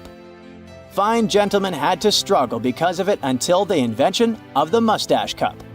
Harvey Adams, a British potter, likely invented the mustache cup in the 1870s. He patented a butterfly-shaped ledge inside the cup with a hole to sip through. Thanks to it, the mustache didn't get wet. These cups quickly became a hit, first in the UK and then across Europe. In the United States, they were sold at stores like Sears and Marshall Field's, now part of Macy's. Mustache cups came in various shapes and sizes. Some, like farmers' cups, could hold up to a pint of tea. Others were smaller porcelain pieces shaped like conch shells or decorated with the owner's name. They often came with matching saucers. Lord Byron, one of the greatest British poets, kept numerous dogs and cats and a whole bunch of exotic animals.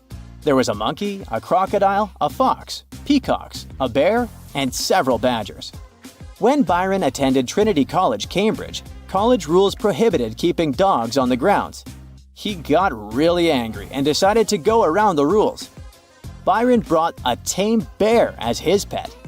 The college authorities argued with him, but since the statutes did not specifically mention bears, they had no legal grounds to remove either the bear or its owner.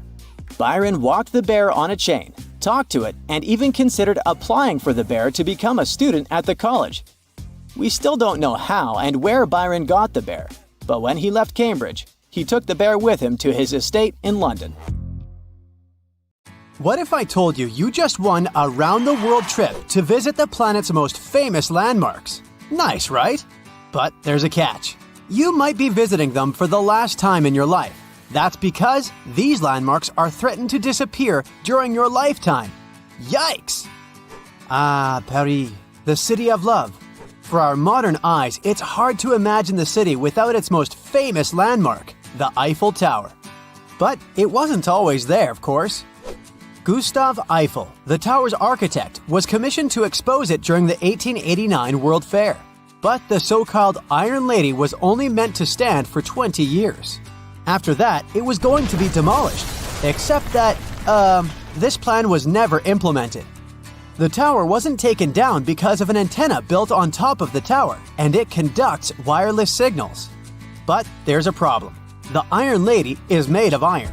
And with time and bad weather, which Paris happens to get a lot of, iron deteriorates. It rusts, and this rusting makes the iron weak, up until the point where it can crack. And if a tower that is made purely of iron starts to crack, you know what this means. No more selfies eating croissants in front of the famous Tour Eiffel. Apparently, French authorities are aware that this is happening, but instead of repairing the whole tower, they're kind of just painting over the rust. Your next stop is in beautiful Rome. You are here to visit, you guessed it, the Colosseum, one of the world's most visited monuments. The gladiators used to put on shows there. Well, you might as well say arrivederci to it while you can. Like a lot of ancient monuments, the Colosseum is in danger of disappearing. It survived for almost 2,000 years since it was commissioned by Emperor Vespasian. But due to yearly exposure to harsh weather, the monument is getting weaker. The problem here is mainly snow. When snow falls upon the Colosseum, the freezing water infiltrates the cracks of the rocks and makes them bloat. You know, like when you put a soda can into the freezer and the bottom pops out?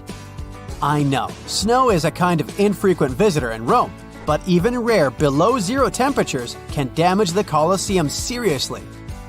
And since we can't control the weather, who knows how long we'll get to see this beauty around?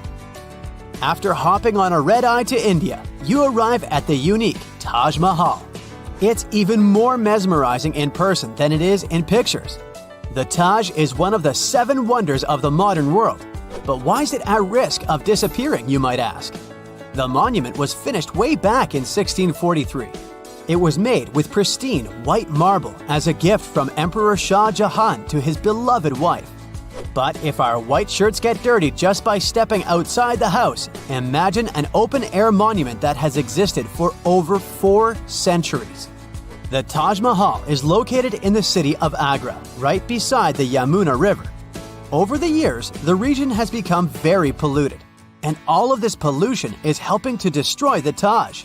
India's Supreme Court has been on the case for many years now, and they say the monument is turning greenish and brown. So, high authorities decided that either the local government restores the Taj Mahal completely, or they'll shut it down, or worse, destroy it. For the good of humanity, I hope they decide to restore it already. Otherwise, we'll be down to only 6 wonders. Finally, you've made it to South America. More specifically, you're now in the mountainous country of Peru.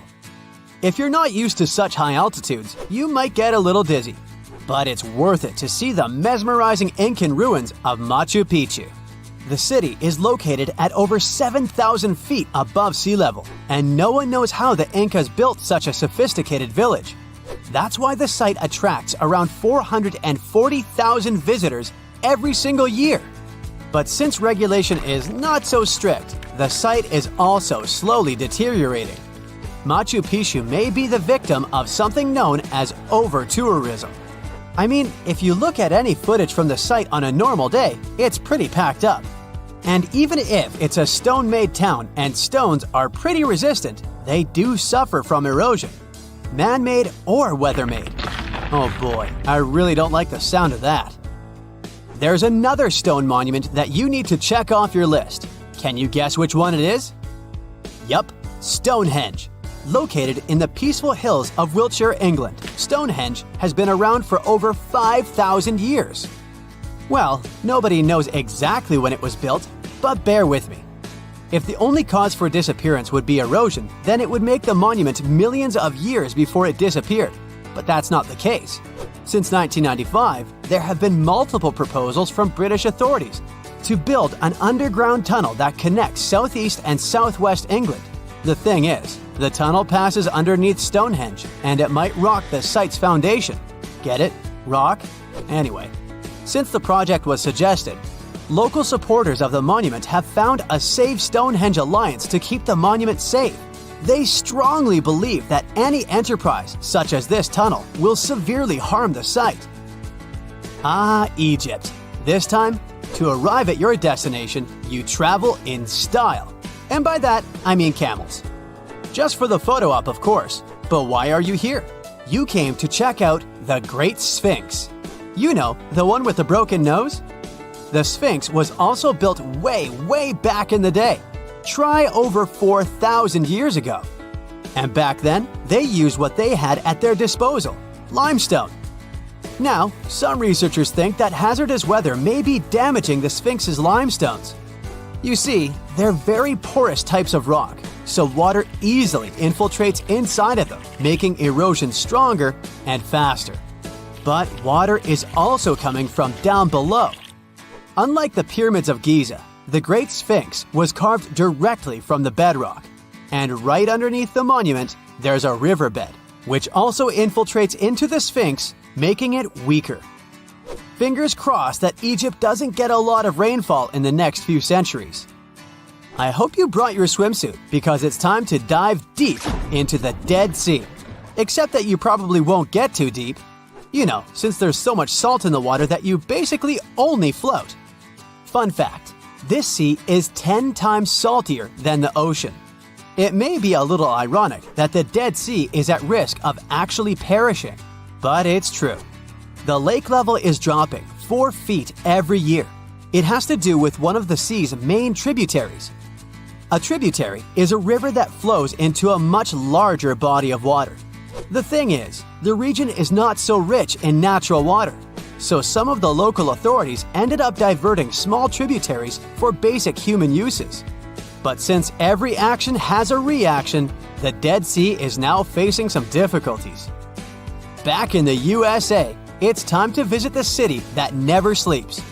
And if you've understood this trip by now, you already know the landmark we're visiting. It's Lady Liberty. It may come as a surprise to some, but the famous Statue of Liberty was originally copper. It's turned green due to oxidation. I mean, maybe I would also turn green if I was constantly exposed to New York's harsh weather. Some researchers say that air pollution can also speed up oxidation processes, threatening the long life of Lady Liberty. Of course, New York City does its share of maintenance. Hopefully it'll be enough for us to keep seeing the statue during our lifetime. Hey, it's time to head back home. I sure enjoyed this trip. Hope you did too. Let's hope we can still visit these places. Hey, check it out. You could technically live in the Eiffel Tower if you don't mind residing in a small apartment. Gustav Eiffel designed the tower to feature a private apartment for himself right at the top of the construction. He left the place all neat and tidy with all the necessary furniture. These days, the apartment is home to 2 mannequins, that of Eiffel himself and his equally famous friend Thomas Edison. A sneak peek at the apartment is available for tourists who purchase a ticket to the top of the tower. If you ever pass through Trafalgar Square, you'll surely miss London's smallest police station, since it's hidden beneath a lamppost. The reason why it was placed there back in 1926 was to let police officers be close to public rallies. They happen quite a lot in that area. Some even said it used to have a direct phone line to Scotland Yard. It's now used as a cleaning station, so there isn't much to see there apart from some mops. Grand Central Station, one of New York's busiest, has a great hidden activity for travelers. There are tennis courts available in a secret space named the Annex. This area used to host a lot of different things back in the day, from a recording studio to an art gallery. These days, though, the location is known as the Vanderbilt Tennis Club and can be visited by the public. Similar to Mr. Eiffel, producer Samuel Lionel Roxy Roxafel designed a hidden apartment for himself in the Radio City Music Hall in New York City. He also asked for the apartment, now called the Roxy Suite, to be decorated in the Art Deco style. It features 20-foot-high ceilings covered in gold leaf and walls with floor-to-ceiling plush drapes. These days, only Radio City performers and VIP guests can visit the location. You might be able to rent it out too, but they say the prices are very high. Rome's best-known symbol, the Colosseum, has secret tunnels hidden beneath its grounds. Back in the day, ancient Romans used these passageways to keep wild animals, like lions, tigers, elephants, and bears, as they were used for gladiator fights and other types of entertainment. They've been open for visitors since 2010, along with the Colosseum's plumbing system. It was quite the technological advancement for the time, featuring drinking fountains and even toilets. There are some people that have criticized the opening of these secret tunnels. They believe it might affect the building's structure, given the huge traffic of visitors. The Empire State Building is said to have 102 floors, but that's not true. It actually has a secret 103rd floor. The way to access it is through a hidden staircase located on the 102nd floor, but it's mostly available for the building's engineers and celebrities from time to time. That's not all. The 103rd floor leads to the Empire State Building's capsule. It's the building's famous dome. One of the most famous American landmarks features a mysterious hidden chamber. If current records are true, there's a secret room behind Abraham Lincoln's head from Mount Rushmore.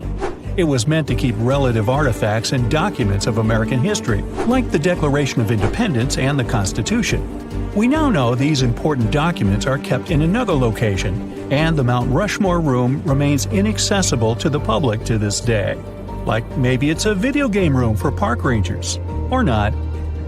Completed between 2550 and 2490 BCE, the Great Pyramid of Giza is the last remaining of the 7 wonders of the ancient world. Constructed as a resting place for the 4th dynasty Egyptian pharaoh Khufu, it was thought to feature the Grand Gallery, the King's Chamber, and the Queen's Chamber. But that's not all, as recently a secret room was discovered here. Dubbed the Big Void, kind of like my head, this huge space is nearly 100 feet long. Its main purpose is still up for debate, but some archaeologists believe it was used as an internal ramp to help build the massive structure. Cinderella Castle is the main attraction of Disney World in Orlando, Florida, in an area called the Magic Kingdom. It does have a hidden room of its own, dubbed the Cinderella Suite. The suite was originally intended to host Walt Disney himself and his family. He passed away in 1966, and he never got to see the final result. It was finally finished in 2006, and ever since, it's only been open a limited number of times and only for visitors invited by the Disney company. Grand Central isn't the only station with hidden features. Italy has its own Milano Centrale, the country's second largest railway station. More than 320,000 passengers pass by these walls every day. But most of them never notice the closed doors on the sidewall of the station leading to the Royal Pavilion, a fashionable area designed as a waiting room for the royal family. The pavilion features 2 grand halls divided into 2 floors with luxurious furniture, styled marble, all decorated with royal sculptures. Now, even the Statue of Liberty has a hidden room. Try to guess where it is? It's in the torch of the statue. Now, unfortunately, it's not available to the public ever since it was completely closed back in 1916. A camera was placed here back in 2011 to allow people to enjoy live streaming of the panoramic view. A statue of Leonardo da Vinci, located at Rome's Da Vinci Airport, was first unveiled back in 1960. It recently went under renovation. One of the workers made a mysterious discovery during this process: a small hole somewhere in the middle of the statue at about 30 feet. When it was carefully opened, 2 parchments were found inside. Written in classical Latin, the first document told the story of the area that now houses the airport. The other one provided a list of people who attended the inauguration of the statue. The U.S. Supreme Court in Washington, D.C. has a secret sports facility where clerks, off-duty police officers, and other Supreme Court employees can play basketball. The court, located on the top floor of the building, is obviously dubbed the highest court in the land. Excuse me while I dribble. Disneyland's Club 33 is located in the New Orleans Square section of the theme park in Anaheim, California. This exclusive club houses only 500 members, and it was inaugurated in 1967. It aimed to entertain celebrities, politicians, and sponsors. The decorations were courtesy of Walt Disney himself and his wife. Services here come at a hefty price. Members have to pay $25,000 to join the club, and later a yearly fee of between $12,000 to $25,000. The entrance to the club was easy to miss, since it was hidden behind a doorway with a single gold plate that had the number 33 engraved on it. A makeover of the club took place in 2014. They moved the entrance to an even more secret location, but people can still see the old one in its original place. The New York City public libraries have hidden apartments too. Employees and their families could stay in those hidden rooms that are placed above many of the public libraries. Most of them are either closets or empty rooms these days, but some of them are available to the public, like those belonging to the $4.4 million renovation project of the apartment in the Washington Heights branch. It was transformed from an old, dusty, 3,750 square foot space into a dedicated teen area and tech center that also features rooms for adult education programs. Cool! You've just reached your perfect spot on a deserted beach. It's so quiet here that you start to doze off. But as you open your eyes, you are shocked. Wait a minute, is that an actual house that's just been washed up on the shore? It may sound like the beginning of a sci-fi novel, but not if you live near this beach in El Salvador. There's a mysteriously abandoned house there that looks as if it's just been washed ashore. How did this villa end up there? How long has it been here without anyone noticing it? This mysterious construction is 46 miles south of El Salvador's capital, San Salvador. Locals say the building used to be a hotel called Puerto Ventura. At the time it was built, its main attraction was the fact that it was really close to the sea. Unfortunately, the engineering behind it wasn't well planned out, all because locals didn't need any official permission to start the construction. The hotel was too close to the water and dangerously exposed to the elements. The Roman-style villa is now a mere 50 feet from the edge of the sea when the tide is low. It can only be accessed in the morning because later, the tides fill the first floor with salt water. What's now left of the hotel looks like the ruins of a two-story house. The front part is very impressive, with Roman-type pillars. It also has wide windows on the second floor. You can still see parts of the iron structures and remains of what used to be the gateway to the second floor. There are some bleachers at the top of the building. They're sometimes used by tourists. More and more people are now browsing the area, taking photos, even though the building is obviously not safe for climbing. There's little information on how long it's been sitting in its current location, but some locals say it's been there for at least 20 years. It had remained a local secret for years before it was discovered by a TikTok user in 2021. But that doesn't answer the question, how did the hotel end up in another location altogether? This is where things become a little fuzzy. While some locals say that the building was abandoned decades ago, others claim it was deserted after Hurricane Mitch hit the area back in 1998. Hurricane Mitch was one of the most dangerous weather phenomena to ever hit Central America. During the storm, the winds traveled at 178 miles per hour, and the hurricane itself lasted for about 15 hours. It was also the cause of a huge amount of rainfall, which resulted in floods and many dangerous landslides. Being built so close to the shoreline, the former hotel had little chance of surviving the extreme weather conditions, so it must have been literally displaced. After sitting under the sun, you might start dreaming of some snowballs getting washed ashore. To even out the temperature. I'm not kidding. This strange natural phenomenon did happen back in 2016. It resulted in about 11 miles of the coast of the Gulf of Aab in West Siberia getting covered with huge snowballs. Because of the low temperatures, small pieces of ice started to form in the water. Afterward, the wind and waves rolled them into giant snowballs. Some of them were the size of a tennis ball, but others were up to 3 feet wide. A 2004 Harley-Davidson night train motorcycle popped up ashore on a British Columbia beach back in 2012. It was neatly packed inside a shipping container. It took some time to do it, but the owner was eventually traced down. His name was Ikuyo Yokoyama, and he lost his motorcycle after a tsunami struck Japan on March 11, 2011. To get to its final destination, the Harley-Davidson traveled more than 4,000 miles. To celebrate its long journey, Yokoyama donated the bike to the Harley-Davidson Museum in Milwaukee. It's been on display there ever since, in case you want to visit. This strange phenomenon made it look as if someone spilled dish soap all over the beach. But it does happen pretty often in Queensland. Sea foam covers the shore there a couple of times each year. It mostly happens after a storm, when ocean waves move dissolved organic matter around. It's basically like a giant ice cream maker. After Cyclone Debbie back in March of 2017, some beaches actually needed to be closed because of huge amounts of white foam.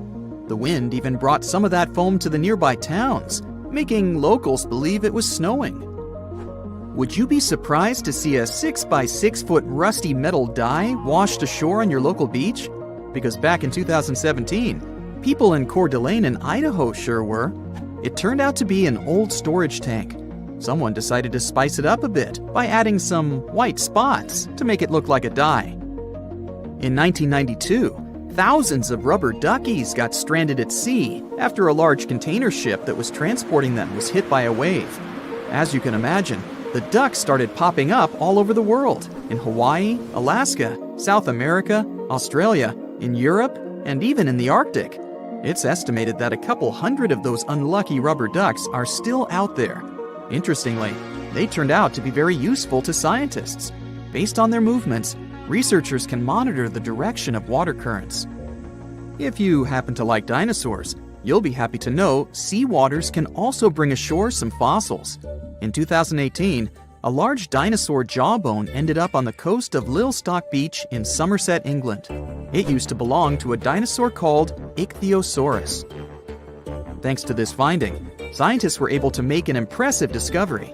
Before, they thought the Ichthyosaurus could reach a maximum length of about 69 feet. But after they studied the jawbone, they ended up recalculating the creature's size. They concluded that the Ichthyosaurus could grow up to 85 feet. The Megalodon was the largest predator in our planet's history.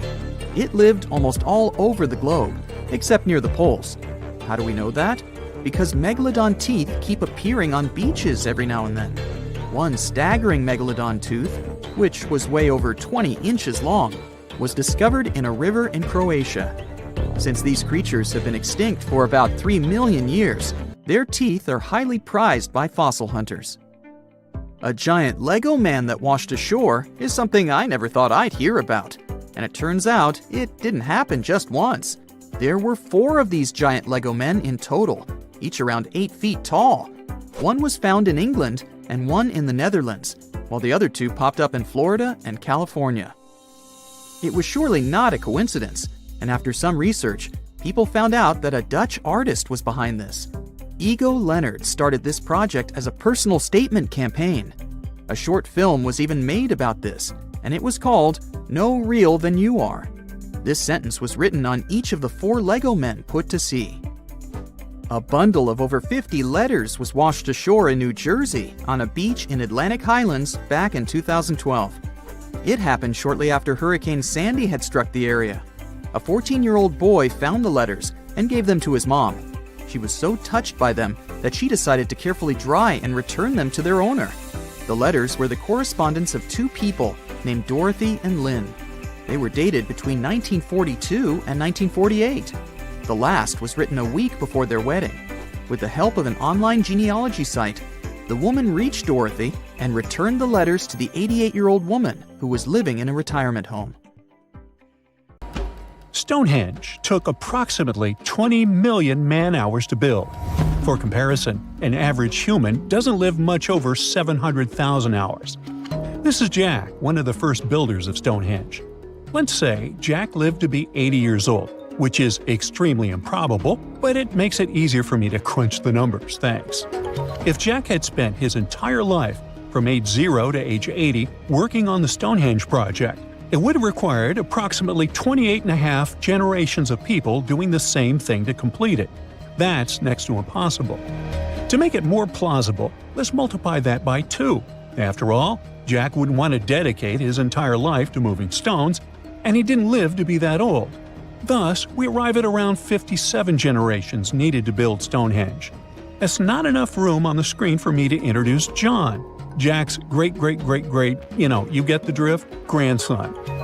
So it all began around 5,000 years ago with just a simple circular earthen bank and ditch. Fast forward to around 26,000 BCE, and the builders replaced that initial structure with a complex arrangement of wooden posts and brought in around 80 dolerite bloom stones from Wales, which were rearranged at least 3 times. Then, a few hundred years later, they added those massive sarsen stones, each weighing around 25 tons. These enormous sandstone blocks were transported about 19 miles to create a continuous outer circle, with 5 trilithons, 2 upright stones topped with a lintel, forming a horseshoe shape inside. It was a millennium-long building process that demanded years of hard work. So, people must have lived nearby, right? But how would they have found shelter back then? Today, we have houses for builders on site, small accommodations that serve as temporary housing. But structures like this definitely didn't exist when Stonehenge was constructed, did they? Well, actually, they existed, and some recent archaeological digs near Stonehenge prove it. Archaeologists found this Stone Age eco-home, which is a huge deal since it's one of the earliest settlements in the area. This newly uncovered Mesolithic home dates back to around the year 4300 BCE. Let's take a closer look at this house, shall we? Now, for the walls, people back then used a large fallen tree, its trunk to be more precise. These wooden walls were reinforced with flint, and they even lined the pit left by the uprooted tree with cobblestones.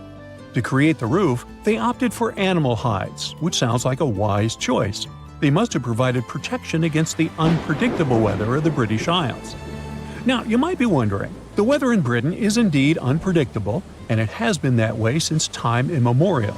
So, how did the builders manage throughout most of the year, particularly during the winter months? Well, the answer is simple. There was a hearth on site, which isn't surprising, but the system they employed was quite ingenious. A hearth inside the house would have posed too great a risk, yet bringing hot stones into the dwelling was perfectly safe. While they were hot, they couldn't ignite the building. So they used these stones from the hearth as a heat storage system to keep warm at night. And as a final touch, they even incorporated various stones for decoration. They didn't exactly get a Pinterest house, but it added a touch of elegance for sure. And if you think this discovery is merely about the houses, think again. It significantly changes our understanding of how people lived during that time. This discovery places them in an important prehistoric setting right at the start of the Neolithic area, sparking some interesting questions about whether these early folks could be related to the people who built Stonehenge. But there's a big worry. Experts are concerned that this significant find, along with other buried archaeological sites, could be at risk if the authorities go ahead with plans to build a tunnel to reroute the A303 away from the World Heritage Site. Sure thing the house the scientists found wasn't in perfect shape, and it lacked some crucial elements people use for living. Some of them decayed over time, while others were simply absent. So the scientists took 20 tons of chalk, 5,000 hazel rods, and 3 tons of straw, and used all this to recreate the 4,500-year-old design houses. These new buildings are located close to Stonehenge, which is incredible since in this area, planning permission for even a new cowshed is problematic. So, what are these houses like? Well, first off, there are 4 of them, and they're oval-shaped.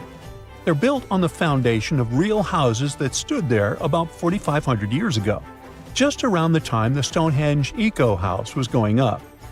The houses aren't very big, they're single-room structures. When it comes to dimensions, it was straightforward to estimate since we could gauge the size of the roof and the height of the walls based on the foundations. Each side measures about 16 feet. However, the roof structure remains a bit of a mystery. There were a few differing thatching techniques back then, so pinpointing the exact method used for these dwellings is kind of a guessing game. For now, we think it involves knotted or tied straw carefully secured onto a hazel-woven frame. When fires are lit, the smoke from the hearth wafts up through the thatched roof. Now, remember those 20 tons of chalk?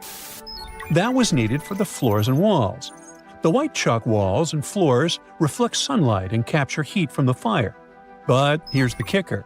The builders encountered a challenge because the ground was so waterlogged that some of the chalk floors took weeks to dry out. By the time they should have been bone dry, they were still as sticky as chewing gum. Now, it's safe to say people 4,500 years ago faced similar struggles, and we can really appreciate what they went through while building their homes.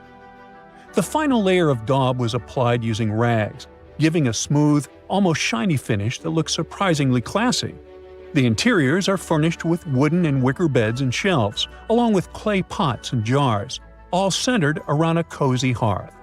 The spaces feel surprisingly roomy and are filled with light that streams in through the thatched roof, bouncing off those white walls. Plus, the woven furniture adds a nice touch of authenticity to the vibe. The fires have been lit, and the first meal, bread crafted from flour ground on a stone mill next to the hearth, has been prepared. Those who tried the bread were pleasantly surprised by its flavor, finding it quite tasty. Now, here comes the bummer. Those who recreated the houses did cheat a little. While the materials used were authentic, the tools weren't.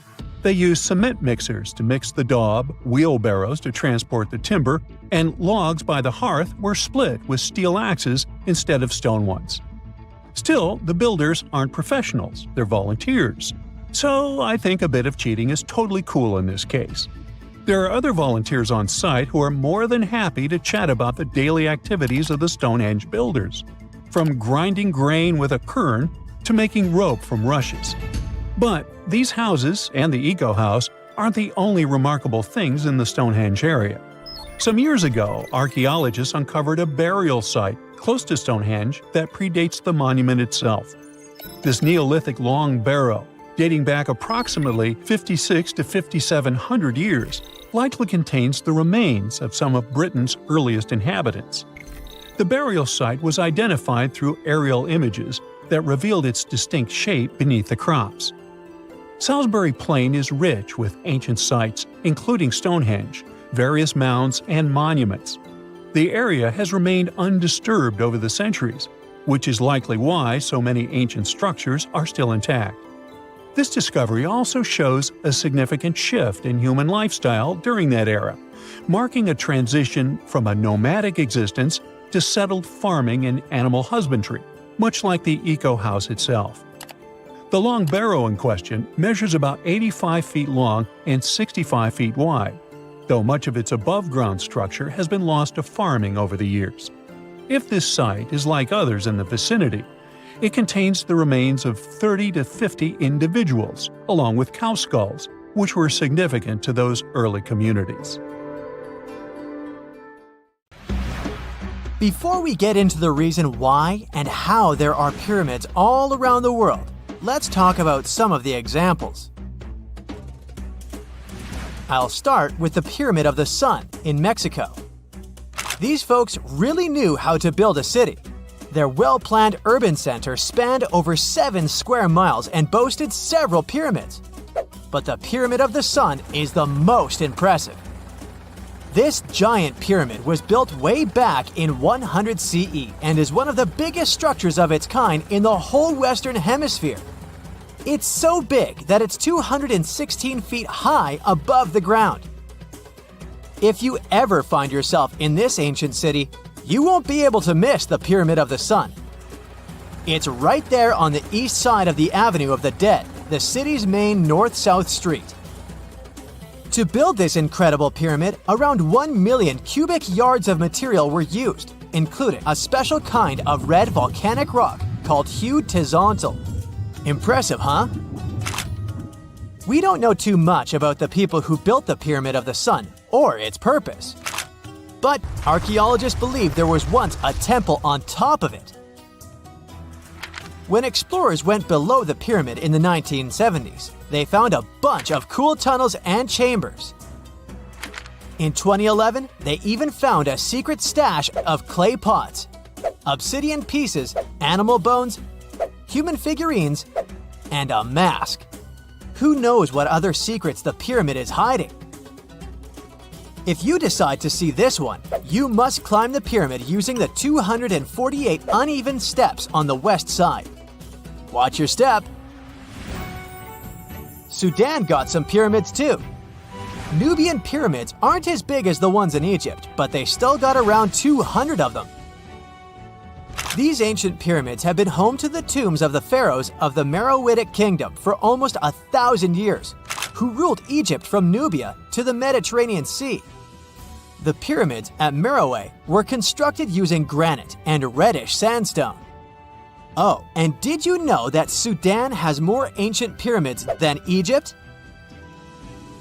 The Kushite pyramids depict the indigenous architecture and burial traditions of Nubia's Napata and Meroe kingdoms, which ancient Egypt influenced.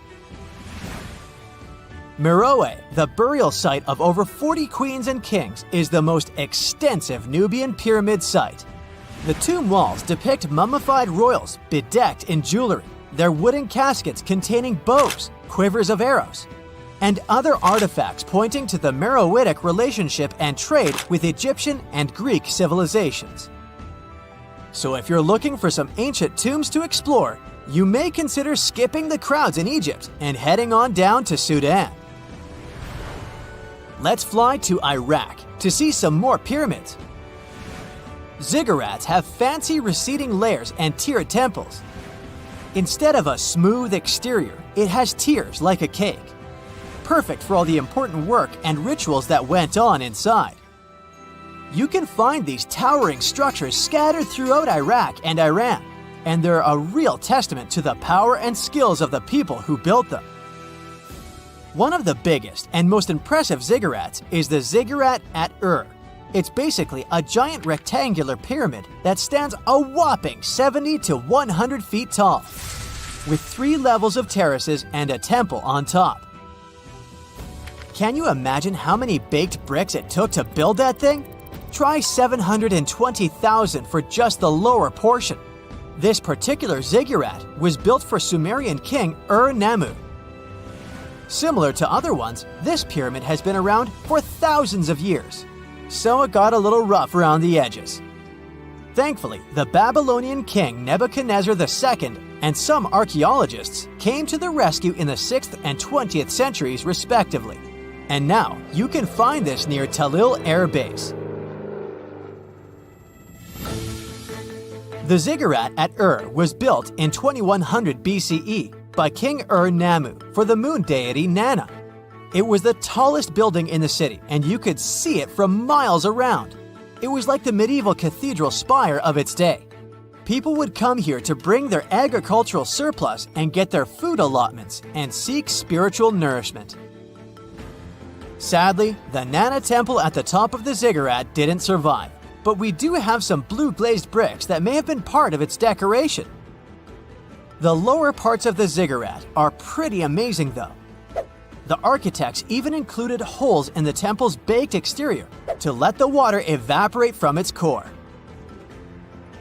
Since we explored some of the pyramids on our planet, let's take a broader perspective.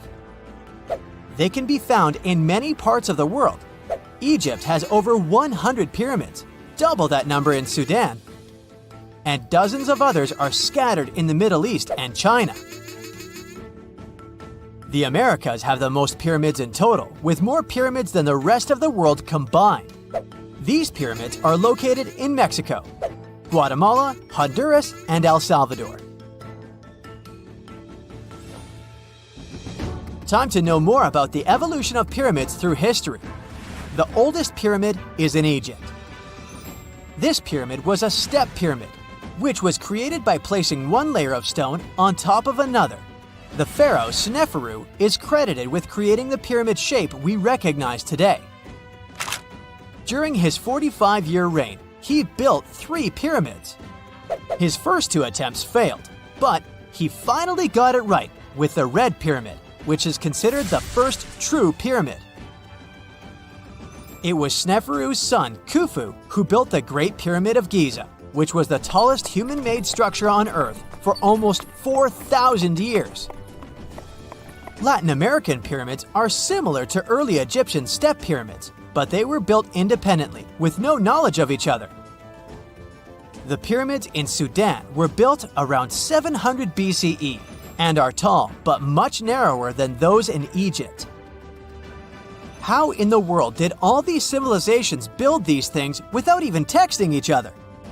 After all, the Aztecs, Mayans, and ancient Egyptians were about as different as possible. But despite their cultural differences, they all seem to agree on one thing: pyramids were pretty cool. Step pyramids are all around the world because they were the most feasible and stable way to build large and tall structures without access to lighter building materials like wood and metal. The triangular form with a square base is the best way to build a sturdy structure, and having a cube structure would require more material for less height. Now, when it comes to pyramid design, the Egyptian pyramids were like giant triangles with a square base, smooth sides, and a pointy top. On the other hand, the Aztecs and Mayans went for a tiered cake look, with steps leading up to a flat platform on top. So, while all these pyramids share the same basic shape, they have their own unique flair. Each group built its pyramids using different materials, techniques, and slope angles. So while they may have been inspired by each other's work occasionally, they were just doing their own thing. Egyptian pyramids had smooth, angled sides that were designed to help the pharaoh's soul ascend to heaven. The Pyramid of the Sun was built over a series of caves that served as a passageway for the deities. The Maya built the temple of Kukulkan in Chichen Itza to honor the deity Kukulkan, usually represented by a serpent. Nicknamed El Castillo, it has 91 steps on each side, plus a platform.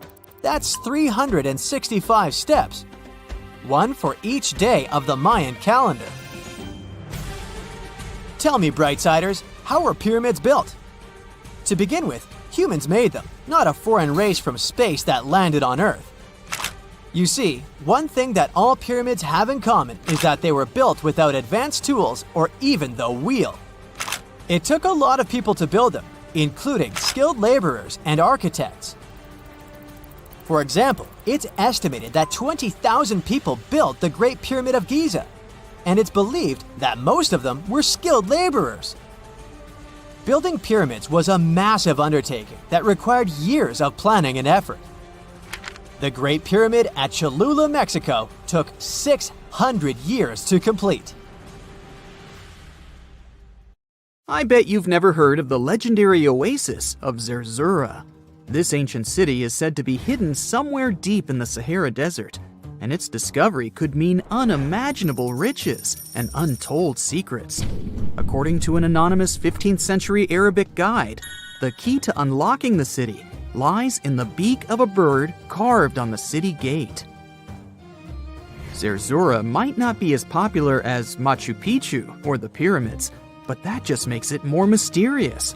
Legend has it that Zerzura is built around this big oasis somewhere in the desert west of the Nile. Apparently, it's made out of white stone and has all these luxurious houses and gold decorations. The story goes that a scribe wrote down the account of a traveler who stumbled upon Zerzura while looking for his lost camel. At one point in his journey, the man got caught up in a sandstorm, where he got separated from the rest of his group. The traveler kept wandering in the desert for days, and then, out of nowhere, two men showed up and guided him to the city of Zerzura. The traveler described this city as an oasis filled with little birds and made out of pure white stonework. The city is also said to be guarded by giants. In 1835, an English Egyptologist named John Gardner Wilkinson mentioned the city in one of his books. He spoke to a man from Egypt who found the city by accident after days of wandering through the desert. He mentioned some ruins, unusual stonework, and a large oasis surrounded by palm trees. The man even gave some instructions on how the city could be found, indicating that it might be in the western desert of Egypt. But here's the kicker. Even though a group of explorers went out to find Zerzura, they didn't succeed. At the same time, they did stumble upon a bunch of previously unknown oases. In the early 1900s, numerous expeditions were sent to find the city, including one with a fleet of Ford Model A trucks. But, alas, none were successful. Others say Zerzura did exist at one point, but not anymore. It's possible it was swallowed by the desert. It's believed that back in the day, the Sahara Desert was actually green. Scientists even found traces of ancient rivers that flowed through the area 100,000 years ago, creating green corridors across the desert. But Zerzura might have never been real to begin with. Maybe it only existed in the minds of people, a figment of their imagination as they were struggling in the African desert. For thousands of years, people have been obsessed with the hunt for another lost city, Atlantis. But if this place really existed, where on Earth, or under the sea, could it be? According to Plato, Atlantis was an actual place, and it was supposedly located somewhere in the Atlantic Ocean, near the Strait of Gibraltar. But how did this mythical city become synonymous with a perfect, paradise-like society? Well, you can thank Ignatius Donnelly for that.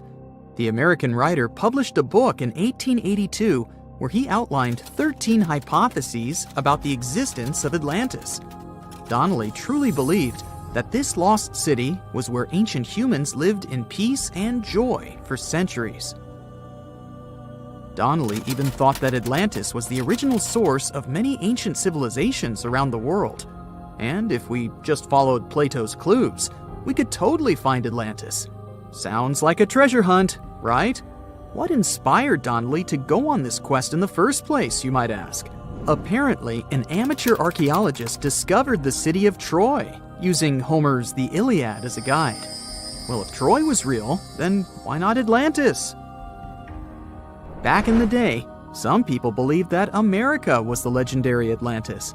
Columbus really stirred up some excitement when he brought back news about the New World to Europe. But the real hunt for Atlantis didn't really start until the 20th and 21st centuries. Some people tried to connect the dots between a volcanic eruption on the island of Santorini and the destruction of Minoan settlements. But in 2018, a team of investigators claimed they had nailed it, announcing they had discovered concrete proof that Atlantis had existed. What was their evidence, you ask? A series of mysterious circles in a national park in Spain. But the circles turned out to be nothing more than experimental ponds for studying zooplankton. Let's face it, there's no real evidence that Plato's lost city of Atlantis actually existed. But it doesn't make searching for it any less exciting, does it? The Fountain of Youth isn't a lost city per se, but it is another mythical location that many have claimed to have stumbled upon over the years. Long ago, people were obsessed with the idea of living forever, or at least extending their lives as much as possible. Each culture had its own wild story, like the Greeks talking about a magic fountain that let people live longer, or Alexander the Great finding a river of paradise that could heal the wounded. Japanese legends spoke of hot springs that could make you young again, while the Caribbean locals talked about the restorative powers of the water in one of their own mystical lands. Explorers searched far and wide for these magical waters, but nothing. Probably the most famous of all was the story of the Spanish explorer Juan Ponce de Leon, who thought he'd found it in Florida. Now, Ponce de Leon was quite a character. He sailed with Columbus and became an important figure in the area now known as the Dominican Republic. He found gold in Puerto Rico and even became the island's administrator. But when the ruler of Spain decided to replace him in his duties, he got upset and decided to explore Florida, looking for gold and the elusive Fountain of Youth. He explored the Bahamas, but sadly, he didn't find any gold or magic water.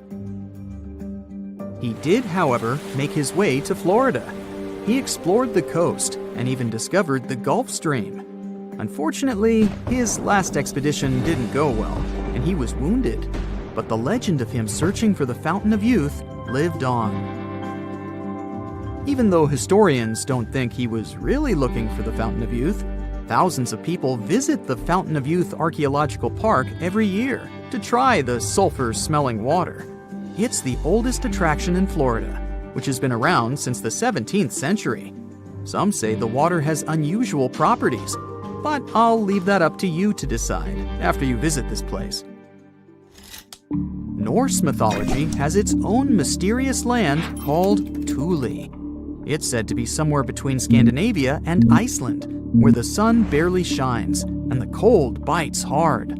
The folks there survive on a diet of millet, herbs, fruits, and roots, washed down with a grain and honey brew. As for its exact location, scholars can't seem to agree on it to this day. The legendary ancient Greek explorer Pytheas was said to be the first to stumble upon Thule during his quest for tin mines. He sailed his way up north, passing by Scotland, and after 6 long days of sailing, he reached Thule. The people there, according to Pytheas, were quite primitive, but that's no surprise since they were just simple farmers living off the land. They showed Pytheas where the sun set on the shortest day of the year. They also told him that in winter, the sun never rose at all, and in summer, there was no night. For many years, historians have been debating the true identity of this mythical land of Thule. Some say it's Iceland, while others claim it's Norway. A little bit of progress has been made recently with the help of a team of researchers. If their findings are correct, Thule might be the elusive island of Smola. That's farther south than any of the Norwegian islands that were on the list of contenders. It may be too soon to celebrate, but it does look like Thule has finally been found. If you've ever wondered what it feels like to walk on diamonds, head straight to the town of Nördlingen in Germany. It seems like a typical fairy tale village with cute houses and red roofs, but its walls and streets are actually studded with over 72,000 diamonds. You'll need a microscope to see them, but they're definitely there. When the first people came to live here, somewhere around the 9th century CE, they were positive they were settling down in a volcanic crater. They didn't know the stone they were using for construction was embedded with millions of tiny diamonds, and the origins of the crater were out of this world. An asteroid slightly larger than half a mile in diameter hit our planet around 14.5 million years ago in what is now Bavaria and left a crater 16 miles wide. The bedrock was under such intense heat and pressure that the bubbles of carbon inside transformed into tiny diamonds at a concentration like nowhere else in the world. The locals didn't pay attention to their houses, built of what was left of that asteroid impact, shimmering on sunrise. Then, in the 1960s, 2 geologists arrived from the USA, studied the landscape from a distance, and noticed it didn't look exactly like a volcanic crater. After further research, they realized their theory that the crater was shaped from above and not from below proved right. They even had to change school books after the discovery, not to mislead the students. Once the word of the crater had spread, NASA got interested in it and sent their Apollo 14 and Apollo 16 astronauts to visit it to learn about what kind of rocks they'd find in space and which of them were worth bringing home. A moon rock that arrived with one of the missions is now on display at the local museum, and astronauts still visit the place. The locals, though, are so used to living among diamonds, they don't even find it special. The Australian town of Coober Pedy is known as the opal capital of the world and exists completely underground. The town even has the first 4-star underground hotel in the world. The reason people settled in this area was to work at an opal mine. Back in the day, the miners could hardly survive under the burning desert sun, so someone decided to put a tent directly into the mine. Then it turned into a home.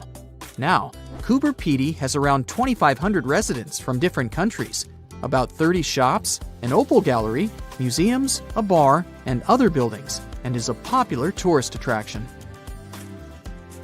The town of Monowi, Nebraska, in the USA, has a mayor, a clerk, a treasurer, a librarian, a tavern keeper, and a bartender.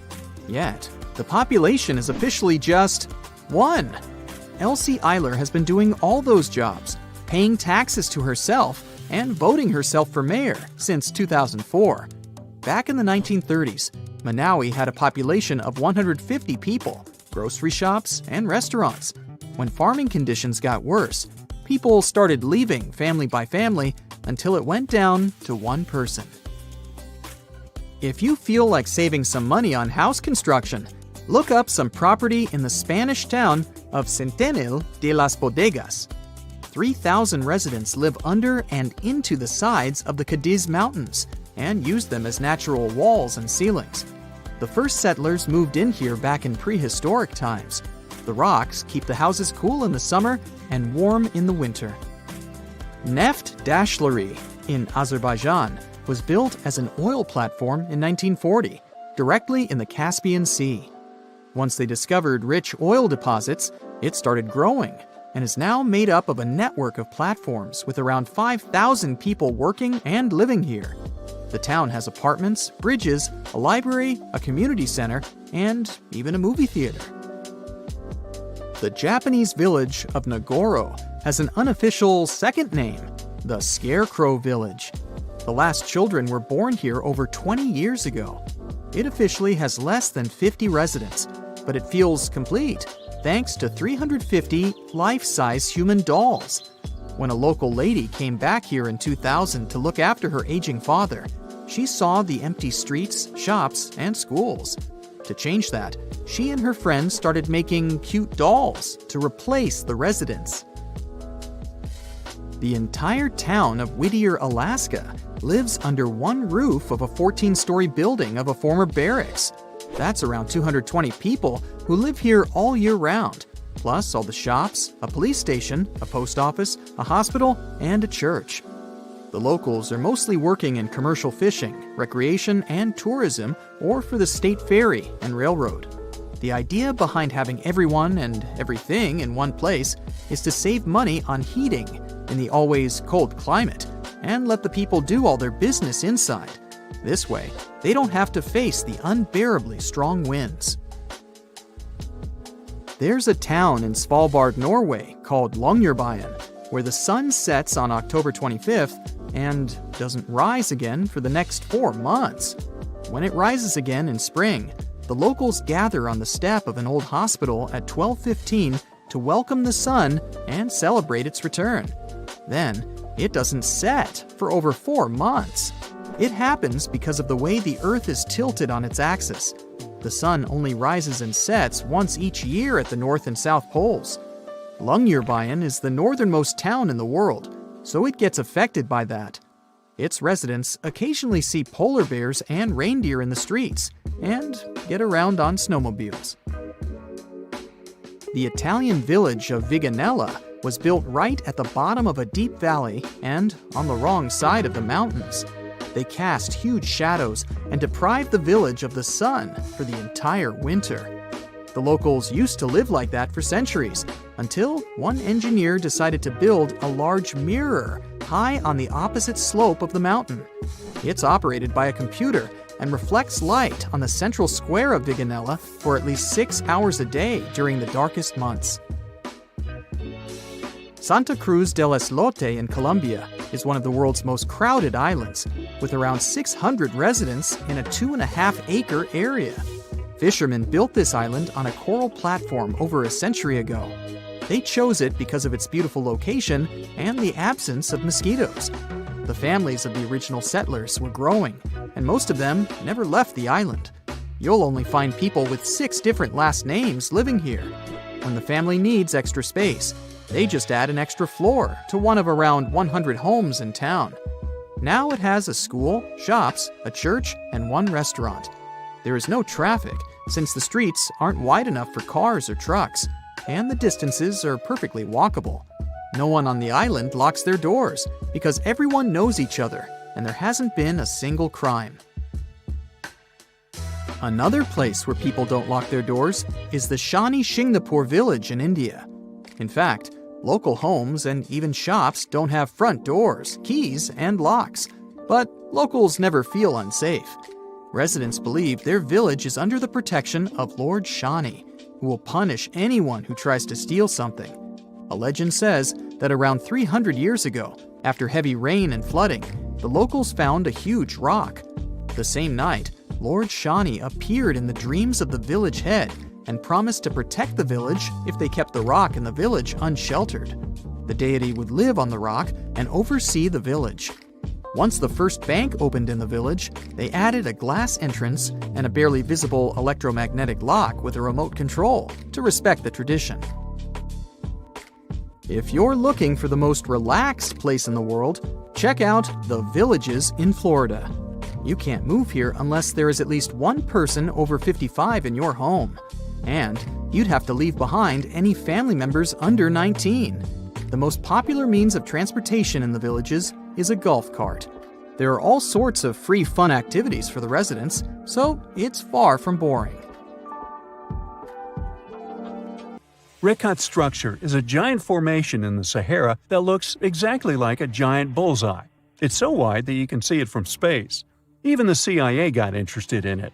In 1965, they planned a flyover looking for geomagnetic anomalies. The findings are still classified. Perhaps the theories are true, and this place is truly the lost city of Atlantis.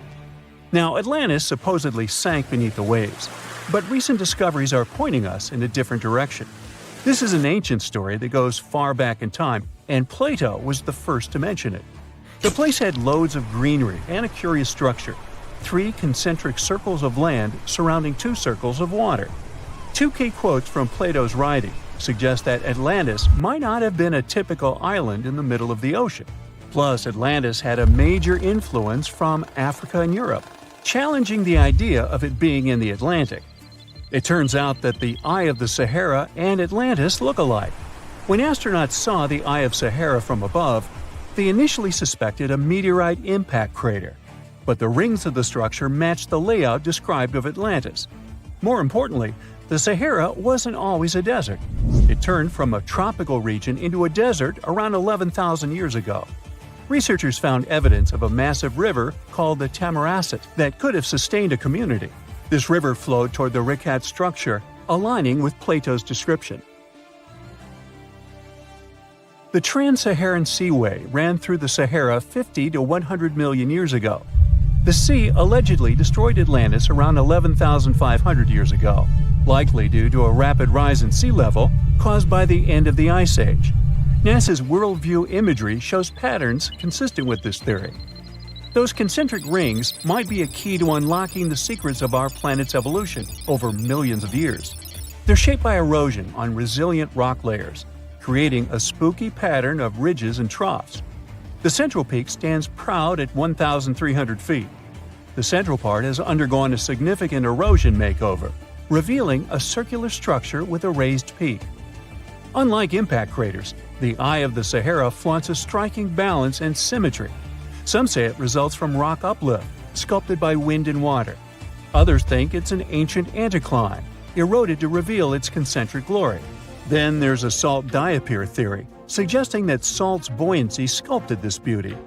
Dating techniques have proved that it formed 541 to 252 million years ago, give or take a million or two. Ancient tools are scattered around the outer rings of the structure near riverbeds. Some older stone tools have also been spotted in the same areas. And still, even though some spear points from the Neolithic period have been found, there aren't many signs that people were living there back then. The area seems to have been used for short-term activities like hunting and making tools. There are other unearthly mysteries that haunt our world. One such enigma is in Norway, the ominous Hessdalen light phenomenon, also known as the Valley of Lights, leaves scientists confused. This valley is 10 miles wide. It's quite isolated, but a peculiar blue box sits high on the hillside, equipped with cameras scanning the valley. The unsettling saga began in the 1980s, when the night sky over Hessdalen erupted with burning fireballs, a recurring spectacle that sent shivers down the spines of those who witnessed it. This wasn't a fleeting occurrence, rather it became a regular thing. Terrified locals reported encounters with these unexplained luminous phenomena, some of which happened near their homes. Unease spread like wildfire. At its peak, there were about 20 sightings every week. The phenomenon made its way into newspapers, magazines, and media worldwide. Soon, people flocked to the valley, hoping to see the lights themselves. In 1984, experts joined the fray, armed with sophisticated instruments like magnetometers, radiometers, and other ometers. What they encountered was mind-bending, lights that defied explanation.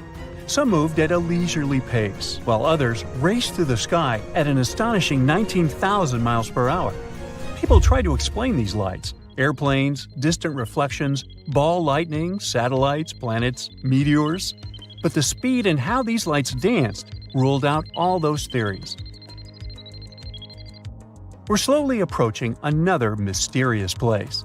This is the greatest subglacial lake among Antarctica's 675 known lakes. It can easily hide unknown life forms. This lake is beneath the East Antarctic ice sheet. Dive about 2.5 miles under the ice, and there you'll see Lake Vostok, located at 1,600 feet below sea level. This lake is 155 miles long and 31 miles wide at its broadest point. With an average depth of 1,400 feet, it's also the world's sixth largest by volume. It's like an underwater city with lofty pillars and deep basins. The secret lake was discovered in 1993, yet it had been waiting to be found down there for over 2,000 years, collecting ancient secrets. In 2012, scientists drilled through the ice, creating the longest ice core ever. They pierced the ice all the way to the lake's surface. The year 2013 brought an unexpected twist when the tranquil waters erupted during the extraction of an ice core, mixing with drilling fluids. Then they got a pristine water sample in 2015. Some believe there might be previously unknown life forms down there, since it's a fossil water reserve that's been untouched for millions of years. That could be a lot like those speculated ice-covered oceans on moons like Europa and Enceladus. It all started with a theory in the 19th century, suggesting fresh water lurking under Antarctic ice sheets. Then, in 1955, seismic soundings hinted at a subglacial lake, and by the 90s, satellite data confirmed Lake Vostok's existence. Now, Lake Vostok isn't alone. In 2005, they found an island in the middle of the lake. Then, two smaller lakes joined the party. They suspect that a secret network of subglacial rivers might link these lakes. Now, very far away from Antarctica, in Venezuela, Catatumbo lightning presents a sinister light show at the junction of the Catatumbo River and Lake Maracaibo. This unsettling lightning phenomenon happens at about 140 to 160 nights a year, going on for 10 hours a day, and can flash up to 280 times in a single hour. The frequency of this lightning show changes with the seasons and from year to year. There was a break between January to March in 2010, causing a bit of worry that it might vanish forever. As the sun sets, winds from the east start picking up speed. The strong wind is called a nocturnal low-level jet, like what you see in the Great Plains of North America. These winds bring moisture, mostly from the Caribbean and the lake itself. This humid air hits high mountain ridges, causing thunderstorms to form over the mountains. Thanks to the ongoing wind situation, more thunderstorms appear as the night goes on. This pattern repeats itself, and is why this area has the highest annual lightning rate globally. The next place scientists cannot explain is in China. That is the Longyu Caves. They have lofty slanted roofs and sturdy pillars. The spot remained hidden for centuries. These human-made caverns, built around 2,000 years ago, decided to reveal themselves only in the 90s. Local farmers drained some ponds and unveiled 5 massive caverns. Further digging exposed an additional 19 smaller caves. They range from 60 to 110 feet in width and 26 to 50 feet in height. Archaeologists found historical relics from the reign of Emperor Zhuan of Han, dating back to over 2,000 years ago. Now, how did these caves survive for more than 2 millennia without falling apart? No ancient records explain the way they were crafted either. The walls show chisel marks, hinting at some layer-by-layer chiseling action, but the exact construction process is still a head-scratcher. Recently, scientists made an astonishing discovery that might solve Stonehenge's mystery. They found something hidden deep within the DNA of Stonehenge's sarsen rocks, the huge monolithic ones, and it might reveal why our Neolithic ancestors designed and built this thing in the first place. Over the years, scientists have been scratching their heads, trying to figure out where the huge sarsen rocks came from. For years, they believed they came from a quarry just 15 miles away from the site, known as Marlborough Downs. At this site, they found similar minerals to the ones that make up the sarsen rocks, but it turned out there was more to this story than they thought. The understanding of how Stonehenge was built is always changing. Scientists need to really travel back in time to uncover its mysteries. Where did the rocks come from? How were they carried? Why was the site built? You see, the Stonehenge site, located at Salisbury Plain in England, is made up of two main types of stone. There are the super heavy sarsens and the lighter and smaller bluestones. The sarsens each weigh about 25 tons. That's as much as 3 African elephants stacked together. The heaviest sarsen stone, called the heel stone, weighs 30 tons all by itself. Together, the sarsens make that iconic outer ring circle. Inside that circle, that's where you'll find the bluestones. The naming might seem a bit misleading since they're not really blue. They have a bluish tinge to them when they are freshly broken, hence the name. These smaller rocks probably came from the Preseli Hills in southwest Wales, which is about 150 miles away from Stonehenge. They're a bit lighter than the sarsens, but still pretty heavy. The altar stone, which is classified as a bluestone, is the heaviest one, weighing around 6 tons. Its original location still isn't known for sure. To figure out where a rock came from, scientists first have to study their composition. This is like checking the rock's DNA. Then they cross-reference the structure of the rock with minerals in the soil to see if it's a match. Most of the sarsens we see around southern England are actually made of a type of sandstone known as silcrete. Think of silcrete as sand that's been hardened by underground water processes over millions of years. This process mostly happened during a period called the Paleogene, about 65 to 23 million years ago. These sarsen rocks didn't form in one big slab, but in patches, like nature leaving little rock gardens all over the place. Scientists reason the sarsens spread out randomly, forming in isolated pockets. Over time, many were buried under layers of clay and chalk, which helped preserve them. When ancient builders were on the lookout for materials, these sarsens must have looked perfect for something impressive like Stonehenge. Actually, sarsens have been used in everything, from Roman villas to medieval churches, and even in things like road curbs and old field walls. One could say these rocks were the it material for ancient builders, and continue to be popular even into more modern times. This fact made scientists start wondering that maybe not all sarsen stones that were used to build Stonehenge came from the same place. They've identified sarsen sites all over the UK, in places such as Oxfordshire and Kent. After hundreds of years of studying the sarsens, geologists finally had the right type of technology to determine the origin of the stones. Now, I wish I could tell you that it was some undisclosed location very far away from the site. But, as it turned out, the sarsens were originally from Westwoods, the forest near Stonehenge. A new factor came into play when excavations uncovered empty stone holes, showing that at least 6 bluestone pillars were removed from a Preseli Hills site called Wan Main in prehistory. They had a stone circle over there, and it's believed that some of Stonehenge's rocks were recycled rocks from this more ancient circle. If this is true, it might be that Stonehenge is part of a much larger landscape of ancient sites. If this is the case, then Stonehenge is just the cherry on top of a much larger scale project. Think of it as the sacred centerpiece of an entire landscape of monuments, mounds, stone circles and things. This is why scientists want to find out where the rocks came from so badly. It could lead to why and how Stonehenge was built. Now, Stonehenge didn't just pop up overnight. It was built in several stages over hundreds of years. It's likely that it wasn't a single unified vision, but more like a big community project that evolved over time. With each generation, the builders brought in their own ideas, creating a stone structure that would last for ages. The first stage was around 3100 BCE. That's when people dug out a circular ditch and likely set up some bluestones as sort of a starter ring.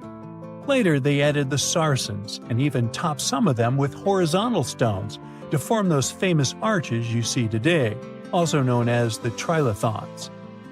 These ancient builders had some challenges on their hands. How would they move the rocks? There's an old theory known as the ice road that suggests that the rocks were moved by natural icy pathways that formed during the winter. This way, they could slide the rocks down all the way to Stonehenge. But hey, if we're talking about a distance of over 100 miles, that's not too realistic. Anyways, this theory was debunked because it was warmer back then than it is today. There's also the river theory, which suggests that the rocks were floated along the river from the quarry to the site. But if we're talking about Sarsen rocks, they're too heavy to float. So there goes that theory. What we're saying is, no one knows how the rocks were moved.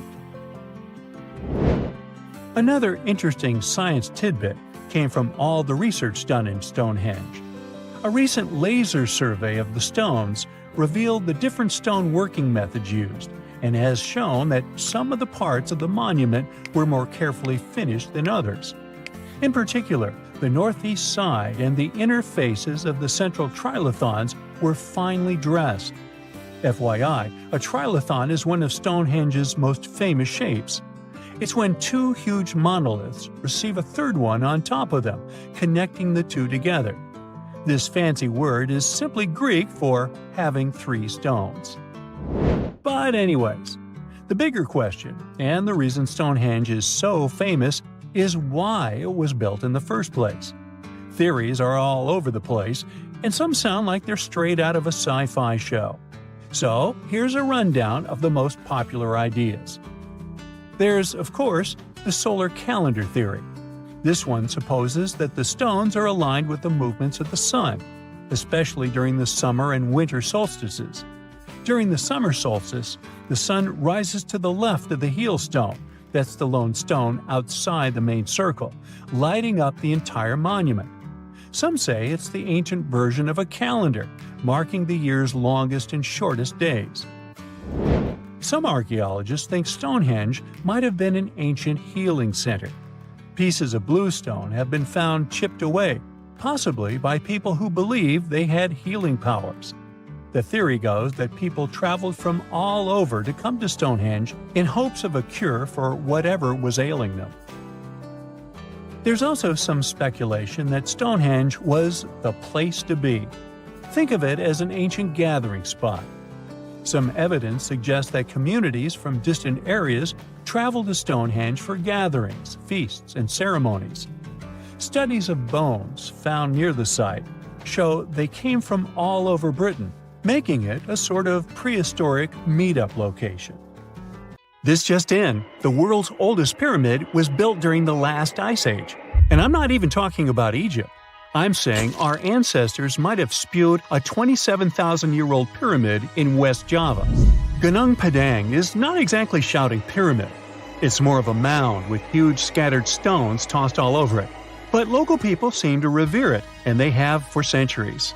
It wasn't until recently that the Indonesian authorities decided to excavate a bit deeper to see what all the fuss was about. They ended up finding the remains of a human settlement. It was rather unexpected, since the mound is pretty high up. This excavation could only prove there were humans in the area as far back as 45 BCE, which sounds reasonable. It was up to an Indonesian geologist named Donny Hillman to prove that Gunung Padang is the world's first pyramid. He used all sorts of new technology to support his claim. Our guy used carbon dating, which digs deep into the earth and takes whole chunks of soil. He found layers and layers of constructions, like he was digging up Rome and finding ancient buildings buried in the ground.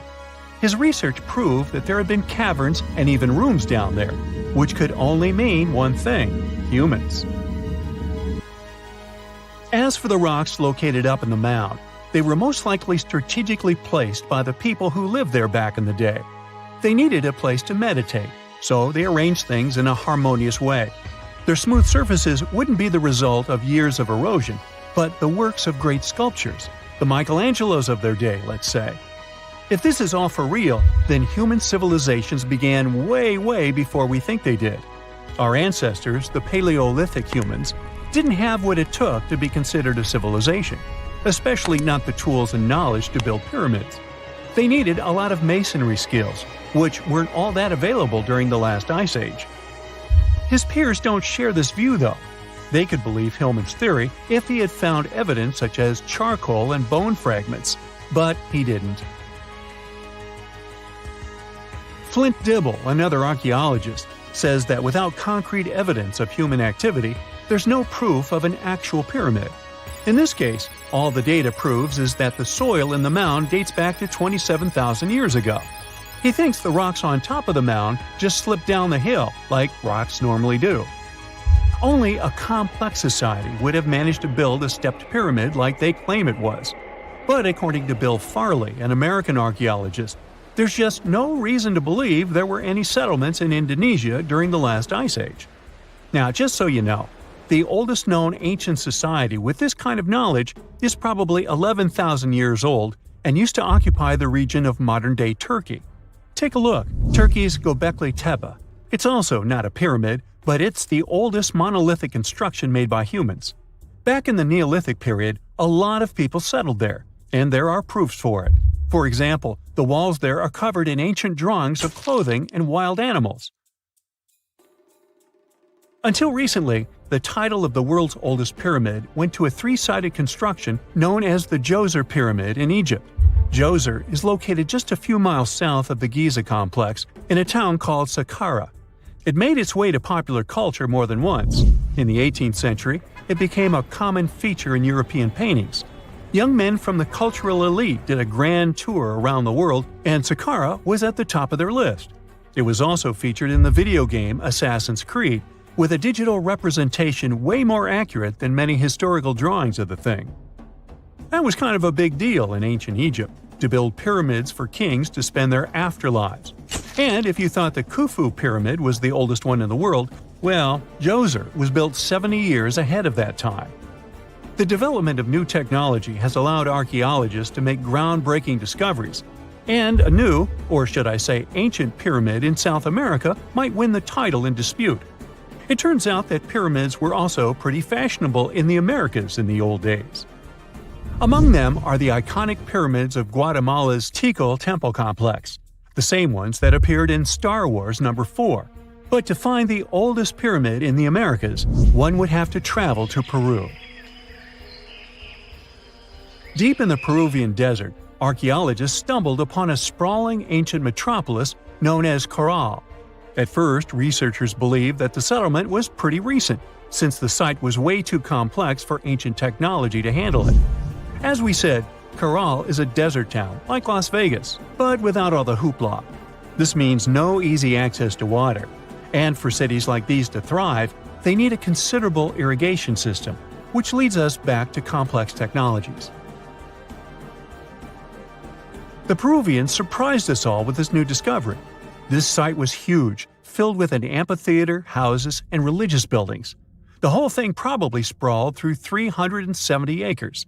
And when scientists went to test their initial hypothesis using radiocarbon dating, they found that the city probably sprung around 2027 BCE. On the site, archaeologists found 6 pyramids that could possibly predate the one in Saqqara. As far as they know, both civilizations coexisted in the same time period, in opposite parts of the world. But since researchers can't pinpoint the exact age of Caral's pyramids, it's pretty hard to guess which civilization completed their pyramid first. If only we had a crystal ball. Now, it just so happens that the shape of a pyramid is something that nature is able to produce all on its own. leaving us modern-day humans a bit confused. A classic example is the Japanese site of Yaonagani, which also goes by the name of Japan's Atlantis. The entire monument is about the size of 5 football fields and the height of a 5-story building. Explorers and scientists believe that Yaonagani dates back to 10,000 years ago. For Japan's top marine geologist, Professor Masaki Kimura, Yaonagani is the heritage of a lost civilization. Kimura has dived into exploring the ruins over 100 times over the past 10 years. To him, there are clear signs of human activity down there. Check out this triangular-shaped pool on the monument's surface. Kimura thinks it's actual proof of humans, because this triangle-shaped concave is a historical symbol of water fountains in the region. As it happens with a lot of these cases, not all scientists are convinced the same. For many, Yaonagani is probably the result of thousands of years of erosion, and the fact that the monument is composed of one massive rock leads them to believe it is not really human-made. Sure, these huge basalt columns may look like the ruins of a palace, but they're most likely the result of the intense volcanic activity in the region. And speaking of natural formations that really look like a human made it, a pyramid on Mars has been a hot topic lately. Humans have been keenly trying to prove that there is life on Mars for quite some time. But some are stretching it really far, saying that little green or gray people built a pyramid on the planet to try and build their own civilization. This picture was taken over a decade ago by the Mars Reconnaissance Orbiter, the MRO, but it started to resurface recently. It shows what looks like a 3-sided pyramid. Some people claim that the smooth side of the pyramid could only be the effect of otherworldly work. Then science comes along and explains that Mars is home to one of the deepest canyon systems in the whole solar system. The so-called pyramid is located in what is known as the Kandor-Chasma region. This Martian region has a bunch of similar formations that are nothing more than the result of erosion. Nothing supernatural going on there, apparently. It's strange if you think about it. There are old Roman buildings that have lasted for thousands of years, while our newer buildings seem to fall apart. How did the Romans manage to create such strong buildings? A lot of them with complicated designs, too. Recent research has shown that the Romans used a type of concrete that has an extra layer of protection against the elements. It can even fix itself when it gets wet. This discovery not only explains why these buildings have lasted for thousands of years, but it can also help us make cement in a way that's more natural and resistant. A recent study shows that Romans used volcanic ash in their concrete mix to make it stronger, especially when it was near the ocean, where the air is naturally more humid and could naturally cause more damage. These days, we make concrete out of sand, rocks, water, and a special kind of cement called Portland cement. This cement itself is made by cooking limestone, clay, and other substances in very hot ovens that reach over 1400 degrees Fahrenheit. Sure, it creates a well-blended mixture, but it cracks easily, and sometimes it only lasts a few decades. There's one more interesting feature of this amazing Roman concrete. It has small white bits of calcium called lime clasts that stay inside the concrete and do not disappear over time. At first, it may not seem that attractive because it's not as smooth as the concrete we use today. And for many years, specialists used to think that having small pieces of lime in concrete was a bad thing because they thought it made buildings less resistant.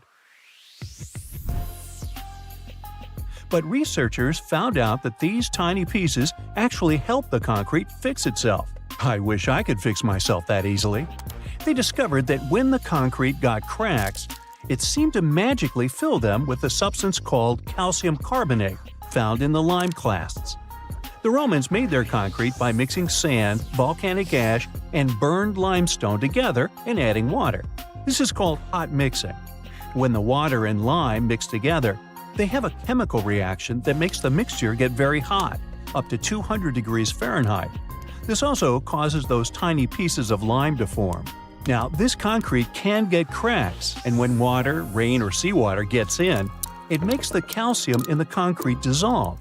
The calcium then sticks to the cracks and makes them close up, kind of like a scab. Of course, researchers had to test this method, and they made concrete as the Romans did. Shortly after, they cracked it here and there. They placed the cracked concrete under water, and after 1 to 3 weeks, the cracks were gone. Safe to say, this didn't happen with concrete made using modern methods. Now, the Romans didn't know the science behind making their concrete strong, but they found a good recipe by trying different things over a long time period. Ancient records show that they used this recipe to build strong structures, especially for ships, and continued to use it once they found it was successful. Now, not all Roman buildings made it to the 21st century in perfect condition. The Colosseum, for instance, one of the most famous Roman constructions in the world, used to be nearly twice as large as it is today. It sustained a lot of damage throughout the ages, reaching the form we've come to know today. Let's not forget, it's a pretty old building to begin with. Its construction started in the year 70 under Roman ruler Vespasian, who later started making motor scooters named after him. You know, Vespa? Nah, I made that up. Anyway, ever since it first opened, the Colosseum was home to a lot of activities and shows, featuring fearless gladiators and a large display of exotic animals, who got to mingle and did lunch together. Unfortunately, it all went downhill in 217, when a fire struck the upper parapets and much of the building's interiors. It took a whole century to finish up the repairs for the damages. Sadly, the initial shape of the Colosseum would be gone forever. A strong earthquake followed, and that didn't help either. This one took place in southern Italy in 443. At this point, a considerable portion of the Colosseum's outer ring was damaged. Soon enough, when locals encountered hardship, they had to rely on selling chunks of limestone from the ancient Colosseum to go by. Another earthquake came in 1349, which gave the Colosseum its most devastating blow. It's when the south side of the building collapsed completely. That's when it started to look more like the building we can see today in the Italian capital. It's not all bad, though. Some pieces of stone that were shaken off the Colosseum were used to rebuild other famous landmarks in Rome. So, if we think about it, the missing part of the Colosseum isn't missing at all. It's just been recycled all around the city. One building that features pieces of old stone Colosseum is called Palazzo Venezia, and it's a local museum. Now, speaking of weird buildings, you've probably seen this one, as it's one of the most photographed spots in the world. You can see online photos of people leaning on it, or ones that make the building look like an ice cream scoop. This famous Italian landmark is called, you tell me. Yep, the Tower of Pisa, and it looks like it's seconds away from collapsing to the ground. Now, should you ever want to visit, you'll need to head over to this Italian city with the same name, Pisa, near the Square of Miracles. Now, weirdly enough, this building is more famous for its awkward incline rather than for its history or purpose. Back in 1178, when the construction of the tower was still not completed, people realized that the building was starting to lean over, and that was before they had reached its third floor. They soon figured out it had nothing to do with the building plans or the materials they used. It was all happening because of the mushy and shifting soil which was beneath the construction. These days, we know that placing a building on top of soil made of clay, fine sand, and shells isn't the best idea. But back then, people didn't know how to figure that out before building something. Now, fast forward some centuries, and it became clear that this 180-foot tower isn't just leaning. It is falling, and at a considerable rate of about 0.08 of an inch per year. Well, that may not sound like a lot, but multiply that by hundreds of years and, well, just look at the pictures and you'll understand. This leaning tower is more than 16 feet off its axis in the present day. So how come it hasn't fallen over altogether? Well, because of physics mostly. Its center of gravity continues to be located within the base of the structure, so it's pretty grounded. It's also been continuously watched over by local authorities to make sure they protect this unique building for as long as possible. The Pantheon is another great example of the way Romans understood architecture. It's also located in Rome and was initially built as a temple. The construction itself was made from concrete with different thicknesses and has an interesting shape too. Back in the day, Romans believed the Earth was like a disc, which was covered by a dome-shaped sky. So they modeled the Pantheon sticking to this idea. Light comes into the temple through a hole in the dome, shining down on the floors and walls, showing the movement of the sun. It's also one of the best preserved ancient Roman buildings. It's no wonder many other buildings have been made to look like it. In the U.S. alone, the U.S. Capitol, the Jefferson Memorial, and the National Gallery in Washington, D.C. are all said to be modeled after this ancient construction. The famous painter Michelangelo was so impressed by this building that he believes some unnatural force must have helped in its construction. The place where it stands is also very special because of the story behind it. Legend has it that the founder of Rome, Romulus, was lifted to the ancient Roman higher spirits on the wings of an eagle from this exact location. Apparently, it was a talon show. Get it? Talons? Eagles? Okay, gotta go. We've all been afraid of the dark at some point in our lives, haven't we? I mean, do you remember getting tucked into bed by your mom or dad after they read you some scary fairy tale with monsters and dragons or even dinosaurs? But just as your parents were about to turn the lights off and silently step out of your room, you remembered. What if there was something hiding under your bed? Or worse, what if some spooky creature was stuck somewhere in the closet? You could probably get up and check, but it was too dark out there. Wouldn't it be great to have some source of light that would come from within your body? You could always use it whenever you get surrounded by darkness. Unfortunately, as humans, we aren't able to do that. But there are a bunch of creatures out there that can, in fact, light themselves up. That's thanks to a little something scientists call bioluminescence. Animals and fish living in the ocean tend to have this talent more often than others. And you can find these creatures anywhere, close to the surface or deep down at the bottom. 2.5 miles deep if you have a knack for numbers. These creatures use their light for a lot of things, like communicating with other members of their species, luring in prey, and even scaring away enemies. Bioluminescence is basically an organism's ability to emit its own light. Chemistry has a lot to do with it. Such animals use two chemicals, one called luciferin and the other called luciferase. Add a bit of oxygen and bam! Light! Should you ever wonder if you actually observe bioluminescence or if someone just dropped a glow stick in the ocean, be on the lookout for neon blue, green, or even red sparkles in the sea. They're usually spread over a large area. This can even make the water look like glitter or a starry sky. You can thank squid, tiny crustaceans, and algae for this romantic atmosphere. Now, I've got another unusual phenomenon for you. How about a golden waterfall? I'm not kidding, it actually exists, and it's a natural phenomenon. To see it, you have to drive to Yosemite National Park to the Horsetail Fall. Make sure to plan your trip in winter or early spring. That's the only time during the year when you can see this awesome phenomenon. It doesn't need any scientific explanation. It's nothing more than sunlight at dusk hitting the waterfall in such a unique way that it makes it look like a river of lava. Or gold, your choice. That's the reason why during this time of year, the Horsetail Fall is also named the Fire Fall. Unfortunately, this phenomenon is becoming less and less visible within the years, mostly because of drought and other issues connecting with the melting of snow. So, should you ever decide to visit, keep an eye on the waterfall, since the effect is very brief.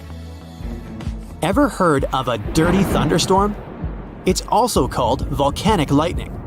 Apparently, specialists looking into the phenomenon have yet to fully grasp what it is. When a regular thunderstorm happens, particles with positive and negative charges collide, hence the giant spark we call lightning. It also makes a lot of noise, which you can recognize as thunder. But when a volcano is erupting, some of the volcanic ash particles get electrically charged, and while getting projected into the air with a huge force, they collide and cause electrical discharges. This whole process makes it look like there's lightning coming from the volcano itself. Imagine all that ash, gas, and smoke coming from the crater, and then add some electricity to the mix. It'll make the whole picture look really bizarre. No wonder this phenomenon is called the dirty thunderstorm. Now, how about clouds that look like waves? Those are called asperitas clouds. and they're actually quite close to the ground, unlike your regular day-to-day clouds. The name comes from the word aspero, which in Latin translates to rough or uneven. On rare occasion, you may spot such clouds when the weather is calm, but they're mostly associated with thunderstorms. These clouds appear during unstable atmospheric conditions, and surprisingly, they don't produce rain. Even though they do resemble dark storm-like clouds, they also create random patterns, tricking your eyes into thinking you're looking at the surface of the sea from under the water. Another impressive kind of cloud is called mammatus clouds. What makes them so special is a series of bulges emerging from the base of each cloud. One such cloud enters a level in the atmosphere where the wind direction changes. You can see these wave-like patterns in the sky. Australia is the place for you if you like surfing, but not all the waves you can catch there are made of water. Near a town called Hayden, there's a mysterious wave made out of rocks. This granite formation supposedly dates back to 2.63 billion years ago. That's way before dinosaurs started hanging around the planet. Standing at 49 feet high and 360 feet long, the wave was formed as a result of two processes: weathering and erosion. There's softer sediment at the base of the wave rock, which was chemically weathered by groundwater. Winds and rain did the rest of the job, causing the erosion of the rest of the formation. Its red, yellow, and gray stripes are made of iron hydroxide, carbonates, and other chemical compounds that were washed down by the rain. You've made it to Australia, so stick around a bit more. There's one more location here that seems unreal. You'll need to fly over this one, however, if you want the best picture. In the western part of the country, surrounded by green woodlands, there's a series of lakes. They're all a staggering shade of bright pink. Out of them all, the most famous is Lake Hillier, a 2,000-foot-long reservoir. It's surrounded by both sand and a forest of eucalyptus trees. This makes the cartoon-like hue of the lake stand out even more.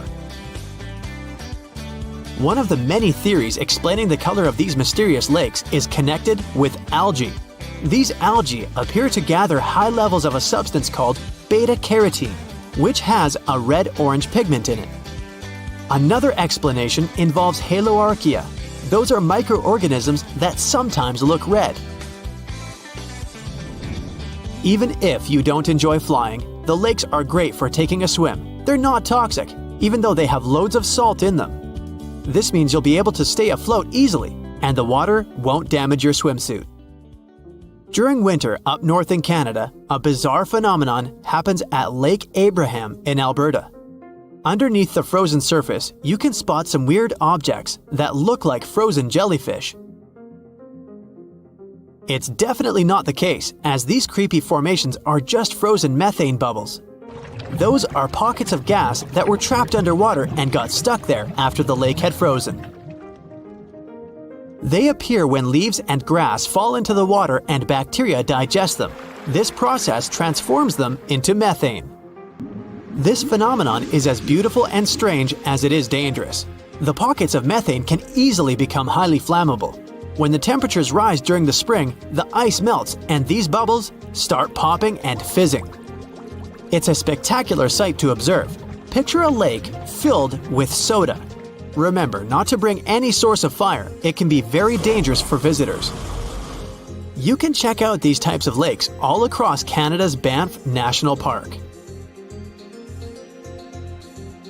Nature often tends to make its own music. Just listen to the sound of crickets at night, or the soothing noise of a waterfall.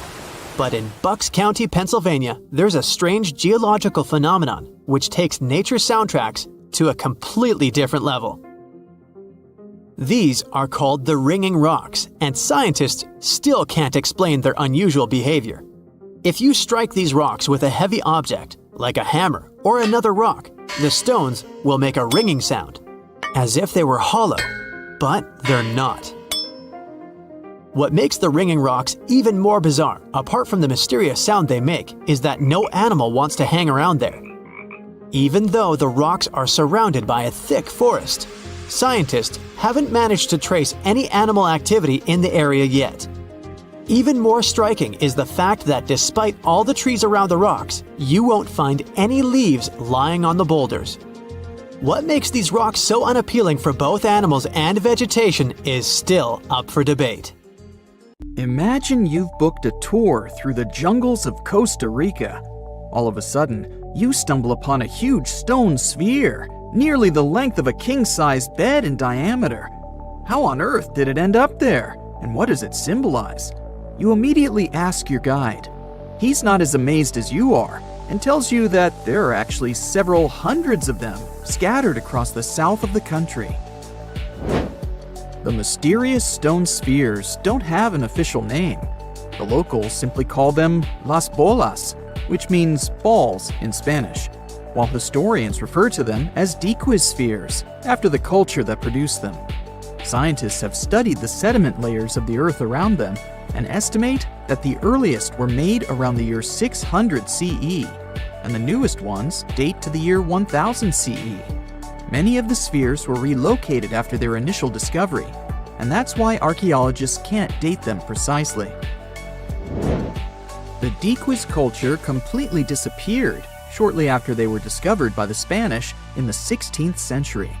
Unlike the Mayas and the Aztecs, the myths or legends of these peoples didn't survive, so they cannot explain the existence of the mysterious orbs. More than 300 of these objects have been discovered so far, with some being smaller than 1 inch in diameter, and the largest measures 6.6 feet in diameter, standing taller than most humans. Although there are ones made from limestone, most spheres were carved out of a coarse version of basalt, a type of rock that forms when lava cools rapidly. Some orbs weigh up to 15 tons, and in most cases, their surface is smooth to the touch, although there are coarse, mostly unfinished pieces. If we throw away the theory that river erosion naturally sculpted the spheres, the ancient people seem to have created them by hammering boulders with other rocks. Once they got the rough shape they were aiming for, they would polish the rock to perfection, using techniques such as controlled fracture and grinding. The mysterious spheres are located in the Diques Delta, on the coast of the Pacific Ocean. Most of them can be found in a place called Farm 6, which, alongside 3 other sites, was proclaimed a UNESCO World Heritage Site in 2014. The area contains other finds from the pre-Columbian era, such as paved areas, burial sites, and mounds. For centuries, the stone balls were hidden under a thick layer of sediment that protected them against the elements and looters until they were unearthed during the 1930s. The company that owned the land was clearing the rainforest for banana plantations when they stumbled upon these unusual stone constructions. Some were damaged by bulldozers, and some by workers trying to pry them open, as they believed there was gold hidden inside. It took a while before the authorities intervened to stop further damage to the finds. Doris Stone, the daughter of an executive of the company that owned the land, was the first to study the spheres. In 1943, she published an article in a leading American archaeological journal, turning the world's attention to the orbs. Expeditions soon followed, and archaeologists were immediately able to determine that the stone formations were human-made, probably created by the ancient indigenous population of Costa Rica. To this day, no one has been able to fully explain their function in a scientific way. It means there's still room for some wild theories about the sphere's origins and true purpose. The most popular theory in the scientific community is that the stone spheres served as decorations and status symbols, as many of them were found near the houses of chieftains. Local tribal leaders were also laid to rest with some of the smaller balls, so these stone formations were definitely associated with power in some way. Chiseling a boulder to perfection involved a lot of labor and planning, and only powerful individuals could afford it at the time. The other popular theory is that the boulders were used for astronomical observations. Individual spheres represented stars or planets, like a primitive map of the night sky. Since they were perfectly round, It was easy to roll them around. Before the jungle engulfed them, the area where they were found was a flat alluvial plain, ideal for rolling large boulders around. Another version of this theory suggests that the stones were used as boundary markers, much like modern border stones, which are also mostly made from stone. Finally, legends from other tribes that lived in the area tell of how the spheres were cannonballs that the deity of thunder used to drive away the deity of winds and hurricanes. We still don't know the original purpose of the Costa Rican spheres, but they remain an important part of the country's national identity. The National Museum in the Costa Rican capital, San Jose, has 6 of them in its courtyard. Many other spheres have become prized garden decorations for wealthy Costa Ricans. There's even one at Harvard University. More than a millennium after they were created, the mysterious stone spheres of Costa Rica are still associated with power and wealth. In terms of numbers, the stone orbs are not perfectly round. They are rated as nearly perfect at 96% spherical in shape. And while even that is pretty impressive, the spheres of Costa Rica are not the only ones of their kind. Nearly a decade ago, workers came across mysterious giant stone spheres deep underground in a coal mine in northern Asia. The surface of the spheres, which measured a little over the length of a human footstep in diameter, was unusually smooth, and people tried to explain it somehow. Some were certain they were out of this world, and others suggested the spheres were actually petrified dinosaur eggs. Scientists quickly put an end to further discussion, as it turned out that the mysterious spheres were concretions. Those are rock formations that take millions of years to form deep underground. Think of a pebble that picks up snow as it rolls down a hill. That's how concretions are made. Groundwater, rich in sediment and minerals, flows around the sediment, slowly shaping it into a perfect orb. The process is quite common in nature, but most concretions are fairly small. The spheres found in the coal mine grew to their size in the mineral-rich ground, and they were big enough to get the press and the general public interested. Another possible case of concretions is the massive stone spheres found in the Visoko Valley in Bosnia. Samir Osmanagic, better known as the Bosnian Indiana Jones, was the first to explore those objects about as wide as the length of a London bus. He believes the stone spheres were carved by a lost civilization that lived in the area 1,000 years ago. The reddish color of the orbs, though, is proof to geologists that they are indeed concretions, rich in iron content. The Moki marbles, found in rural Utah, are similar in color to the Bosnian spheres. These tiny concretions are the size of toy marbles and consist of a sandstone core and a shell made out of hematite, an iron ore. In South Africa, miners have come across Klerksdorp spheres, which are similar in shape and size to Moki marbles. The only difference is that these ones formed inside volcanic sediments and ash. The most intriguing among human-made tiny spheres are probably the orbs found on several Greek islands. Scientists discovered 700 stones smaller than golf balls near the Bronze Age site of Akrotiri on the island of Santorini. They believe that the finds were between 3,600 and 4,500 years old. When they compared all the stones' variations in size and color, the archaeologists concluded that these enigmatic stones could have easily been the oldest board game ever made. With the help of artificial intelligence, scientists are now trying to work out the rules of this game. In the UK, there are around 115,000 mailboxes, with some of them placed in questionable locations.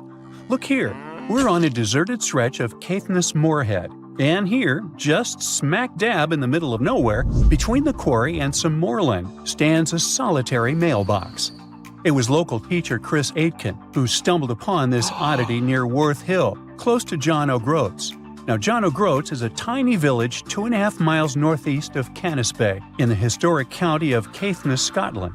The village itself is popular with tourists, but only houses around 300 people on a regular basis, and they have their own mailboxes there. So why would someone need one on a random hill? When Chris shared a photo online, someone chimed in with a theory.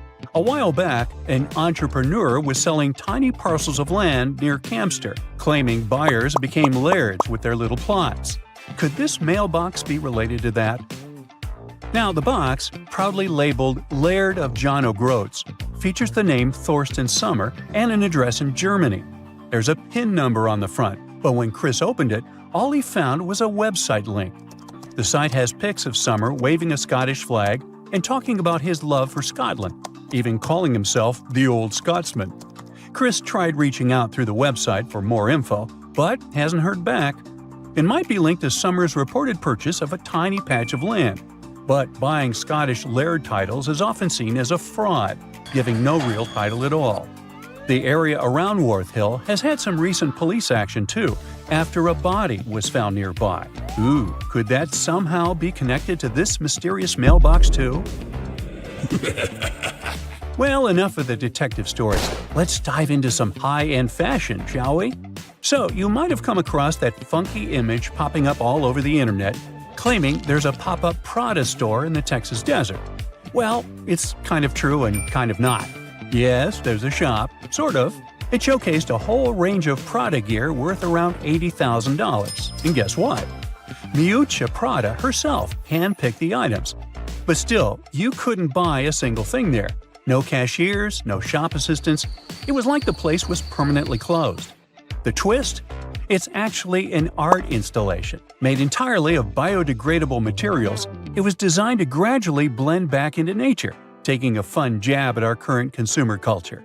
But why display goods you can't actually buy? Well, it's a metaphor for the elusive charm of luxury. While it was meant to decay in peace, the hype surrounding it led to a surprising amount of foot traffic and even some chaos. After trying to fend off a few would-be thieves, the artist had to admit defeat. Now it's a hotspot for photos, drawing everyone from tourists to celebrities. Right, you can find a brand person in the desert, but can you, let's say, find a car somewhere in Welsh caves? Well, the answer is yes, and let me tell you, it's not just one car, but many of them. The Cavern of Lost Souls is a well-known abandoned car cave tucked away in Wales. Once upon a time, it was a slate mine in Ceredigion, where workers pulled out tons of slate and transported it using narrow-gauge horse-drawn tramways. But as the mining industry faded away decades ago, the mine fell into a hush. If you dare go inside, which I personally do not recommend, you'll find two large chambers, but one is particularly noteworthy. The main chamber plunges around 65 feet deep and is mostly underwater, with just a small opening above. Since the mine shut down, locals and the council have taken advantage of that opening, tossing in all sorts of unwanted stuff. You'll find everything from fridges and TVs to even whole cars piled up in one corner. What makes the Cavern of Lost Souls special is the single beam of light that breaks through, casting its glow on the twisted heap of wrecked cars and metal. The water, when hit by that light, glows a stunning turquoise green, creating beautiful reflections of the cars and cavern walls on the still surface. Every now and then, a fragment of slate falls, shattering the quiet and sending ripples across the water. There was yet another weird find in Wales. A shiny 10-foot silver monolith recently popped up on Hay Bluff in Powys, Wales, and it's sparking a ton of curiosity. A local builder, Craig Muir, discovered it during his hike, and he described it as looking like it just dropped down from space. It's made of surgical steel, has no markings, and is super well crafted without visible welds. Muir's find is reminiscent of those mysterious monoliths that popped up worldwide in 2020, creating quite a buzz online. Local Richard Haynes suggested it could be some kind of scientific installation.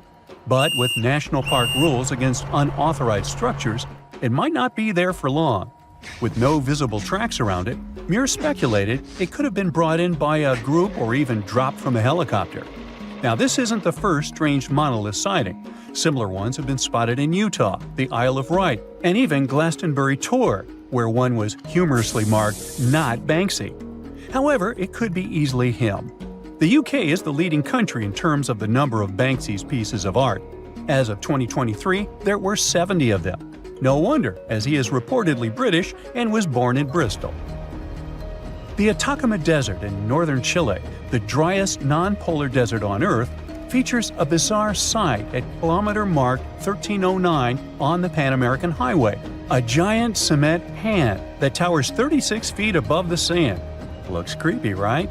Well, worry not. It's not some creepy monster trying to grip you and take you to the netherworld.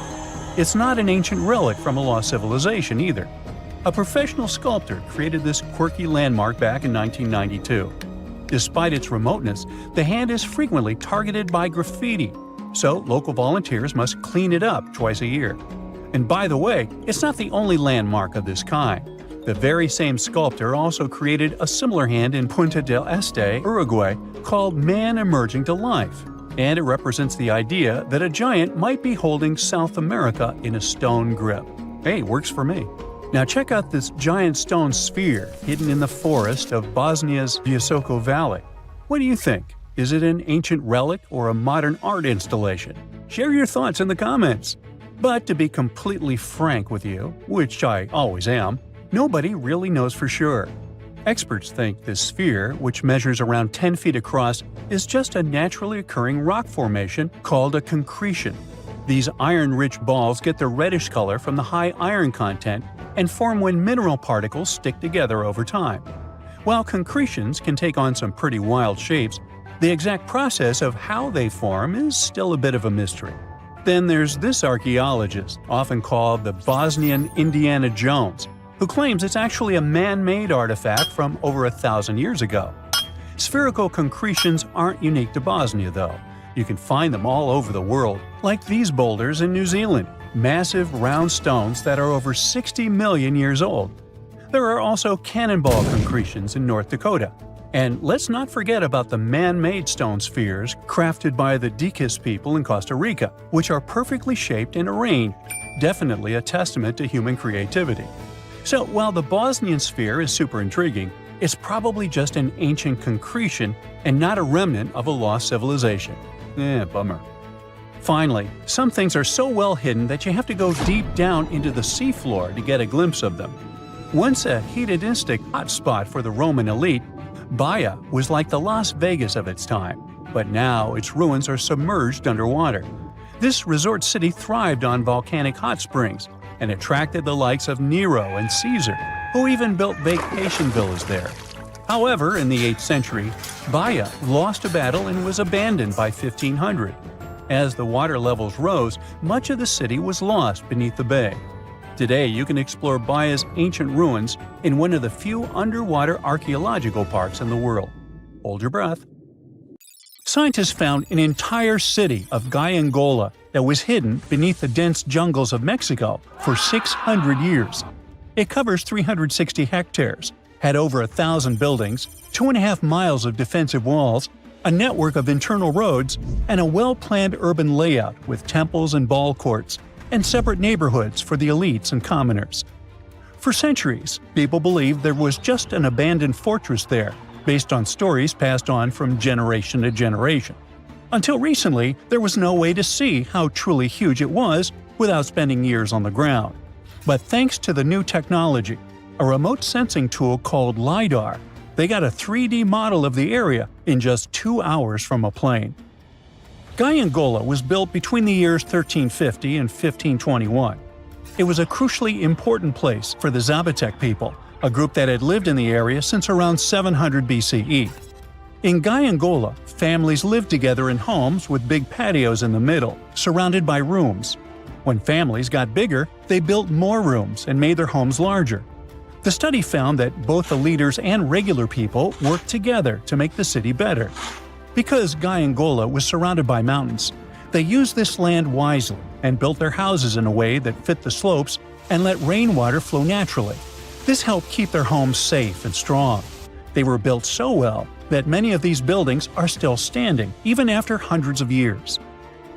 There are 2 pyramids in the center of the city. They may have been used as temples where the priests celebrated rites and ceremonies to their deities. The priests brought offerings to the altars. and the people assembled at the two squares that are now sunken. Then, there is also a palace with 64 rooms, some of them with circular columns on several sloped terraces. There are patios with many stairways all connected to each other. The sensing tool also found a round-shaped lookout point on a natural rock, where the Zapotec people could see their foes approaching from a distance. Researchers also noticed two circular structures that could have been used to watch the stars and measure time. They also found some tombs, so there was most definitely a city cemetery. By the end of the 1400s, the Zapotec people controlled a large territory on the Pacific coast and had successfully defended their land from the Aztecs, who were trying to take over more territory. They did the almost impossible and survived a 7-month-long siege at Gyangola. When they won this conflict and kept control of the southern part of Mesoamerica, the Zapotecs didn't need to live in Gyangola anymore. Staying in the mountains had its pros, but they needed fresh water and good farmland to grow food. The small city of Tehuantepec, just 12 miles away, had these conditions, so they moved there just before the Spanish arrived in 1521. Over time, Zapotec traditions started to fade, but their culture didn't disappear completely, and more than 300,000 Zapotec people still live in Oaxaca state in Mexico. They speak their own languages and keep their traditions alive. Creating the 3D model of the lost city is just the beginning of the research. Archaeologists hope that future studies of Gyangola will help us learn more about how the Zapotecs were organized, how they ruled their cities, and how they interacted with the Spanish when they arrived. They plan to study all 1,100 buildings found in the LiDAR scan, and it will take a few years. Instead of digging up the ruins, they will use special technology to scan the land and learn more about the city without damaging it. This same tech helped scientists find another massive ancient city that lay hidden beneath the thick green canopy of the Amazon forest. A whole network of houses, plazas, roads, and canals was hiding in the shadow of a mighty volcano. For centuries, many scientists assumed that ancient Amazonian people lived in tiny huts, clearing patches of land to survive. But this city, built 2,500 years ago and inhabited for 1,000 years, proves the opposite. Now, scientists think tens of thousands or even hundreds of thousands of people lived in complex urban societies. Scanning the area found 6,000 rectangular platforms, each measuring around 66 by 33 feet, and standing 6 to 9 feet high. These structures were arranged in clusters around central plazas, with straight roads with perfect right angles and paths connecting them. One of the roads was 16 miles long. Building straight roads like this is far harder than just following the landscape. Some of these roads may have had deep spiritual or ceremonial significance. The volcano's rich soil helped the civilization thrive, but it may also have led to its downfall. Researchers also found signs of threats to the cities, such as ditches that blocked entrances to the settlements. Maybe some people living nearby were trying to get in. The next step for the researchers will be studying the adjoining 116 square miles to know more about this large, complex society that could be bigger than the well-known Mayan societies in Mexico and Central America. Meanwhile, in 1963, a man in Turkey discovered an ancient city while renovating his own house. He knocked down a wall in his basement and found a mysterious room. He kept digging and saw a tunnel. It led to the Derinkuyu underground city. It's one of the deepest multi-level underground settlements in Cappadocia and in all of Turkey. The inhabitants lived on 8 levels and had access to cellars, storage areas, chapels, a school, a study room, and other structures. All floors were connected by an extensive network of tunnels. The underground city was probably built as a shelter. The construction is hiding at 279 feet deep, and you can't see it from the outside. The complex was large enough to shelter about 20,000 people with their livestock and food supplies. There was also a 180-foot ventilation shaft. Archaeologists believe that Phrygians first built the levels. The Romans used and enhanced the structure later. The golden time of Derinkuyu was during the Byzantine era. The next lost and found city appeared only in a few inscriptions and ancient texts, so no one could be sure it really existed. Scientists searched the majority of the coast of Egypt until one archaeologist and his team detected a colossal face looking at them from under the water. The ancient city of Thonis Heracleion was discovered completely submerged 4 miles off Alexandria's coast. In the ruins of the lost city, there were 64 ships, 700 anchors, and a treasure trove of gold coins. Archaeologists believe the 16-foot-tall statue and the temple remains are the most important findings discovered by the expedition. Back then, the city had ceremonies and celebrations that took place in the Temple of Ammon. The ruins and artifacts were made from granite and diorite, so they were in good condition even after having been in contact with water for centuries. They give people a glimpse into what life was like 2,300 years ago in one of the most important trade ports of the world. The city had a network of canals, sort of like an ancient Egyptian Venice. The canals linked many separate harbors and anchorages. Towers, temples, houses, and other structures were also linked by bridges. Thonis Heracleion was the country's main port for international trade and the collection of taxes. No one really knows how the city ended up submerged, but archaeologists connect it with natural causes. At the end of the 2nd century BCE, most probably after a flood, it got covered with water. Then Alexandria, the city founded by Alexander the Great, became more glorious than Heracleion. Before Alexandria's fame, Heracleion was the main port of entry to Egypt. So after the tragedy, many ships heading for Heracleion had to change their route and go to Alexandria. Heracleion lost its glory until its discovery in 2000. Recently, scientists made an astonishing discovery that might solve Stonehenge's mystery. They found something hidden deep within the DNA of Stonehenge's sarsen rocks, the huge monolithic ones, and it might reveal why our Neolithic ancestors designed and built this thing in the first place. Over the years, scientists have been scratching their heads trying to figure out where the huge sarsen rocks came from. For years, they believed they came from a quarry just 15 miles away from the site, known as Marlborough Downs. At this site, they found similar minerals to the ones that make up the sarsen rocks. But it turned out there was more to this story than they thought. The understanding of how Stonehenge was built is always changing. Scientists need to really travel back in time to uncover its mysteries. Where did the rocks come from? How were they carried? Why was the site built? You see, the Stonehenge site, located at Salisbury Plain in England, is made up of 2 main types of stone. There are the super heavy sarsens and the lighter and smaller bluestones. The sarsens each weigh about 25 tons. That's as much as 3 African elephants stacked together. The heaviest sarsen stone, called the heel stone, weighs 30 tons all by itself. Together, the sarsens make that iconic outer ring circle. Inside that circle, that's where you'll find the bluestones. The naming might seem a bit misleading since they're not really blue. They have a bluish tinge to them when they are freshly broken, hence the name. These smaller rocks probably came from the Preseli Hills in southwest Wales, which is about 150 miles away from Stonehenge. They're a bit lighter than the sarsens, but still pretty heavy. The altar stone, which is classified as a bluestone, is the heaviest one, weighing around 6 tons. Its original location still isn't known for sure. To figure out where a rock came from, scientists first have to study their composition. This is like checking the rock's DNA. Then they cross-reference the structure of the rock with minerals in the soil to see if it's a match. Most of the sarsens we see around southern England are actually made of a type of sandstone known as silcrete. Think of silcrete as sand that's been hardened by underground water processes over millions of years. This process mostly happened during a period called the Paleogene, about 65 to 23 million years ago. These sarsen rocks didn't form in one big slab, but in patches, like nature leaving little rock gardens all over the place.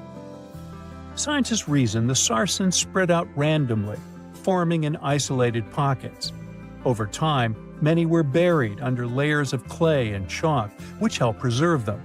When ancient builders were on the lookout for materials, these sarsens must have looked perfect for something impressive like Stonehenge.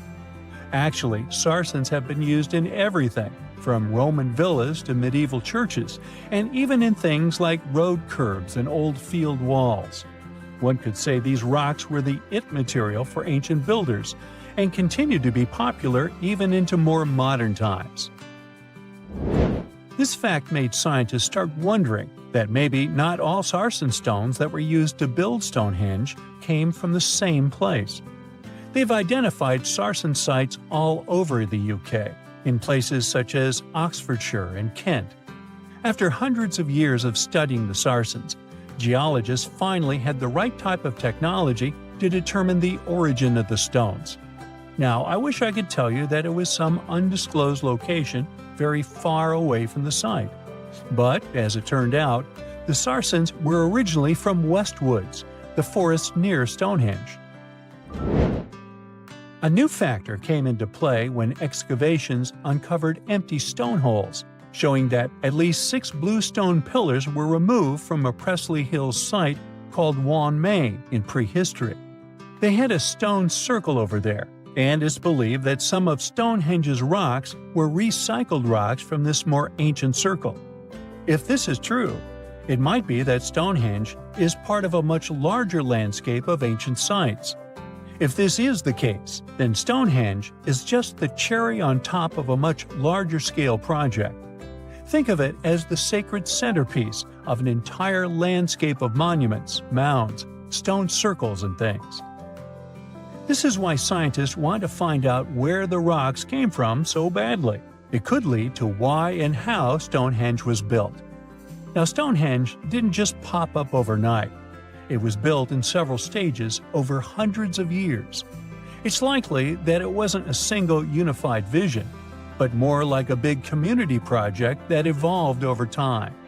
With each generation, the builders brought in their own ideas, creating a stone structure that would last for ages.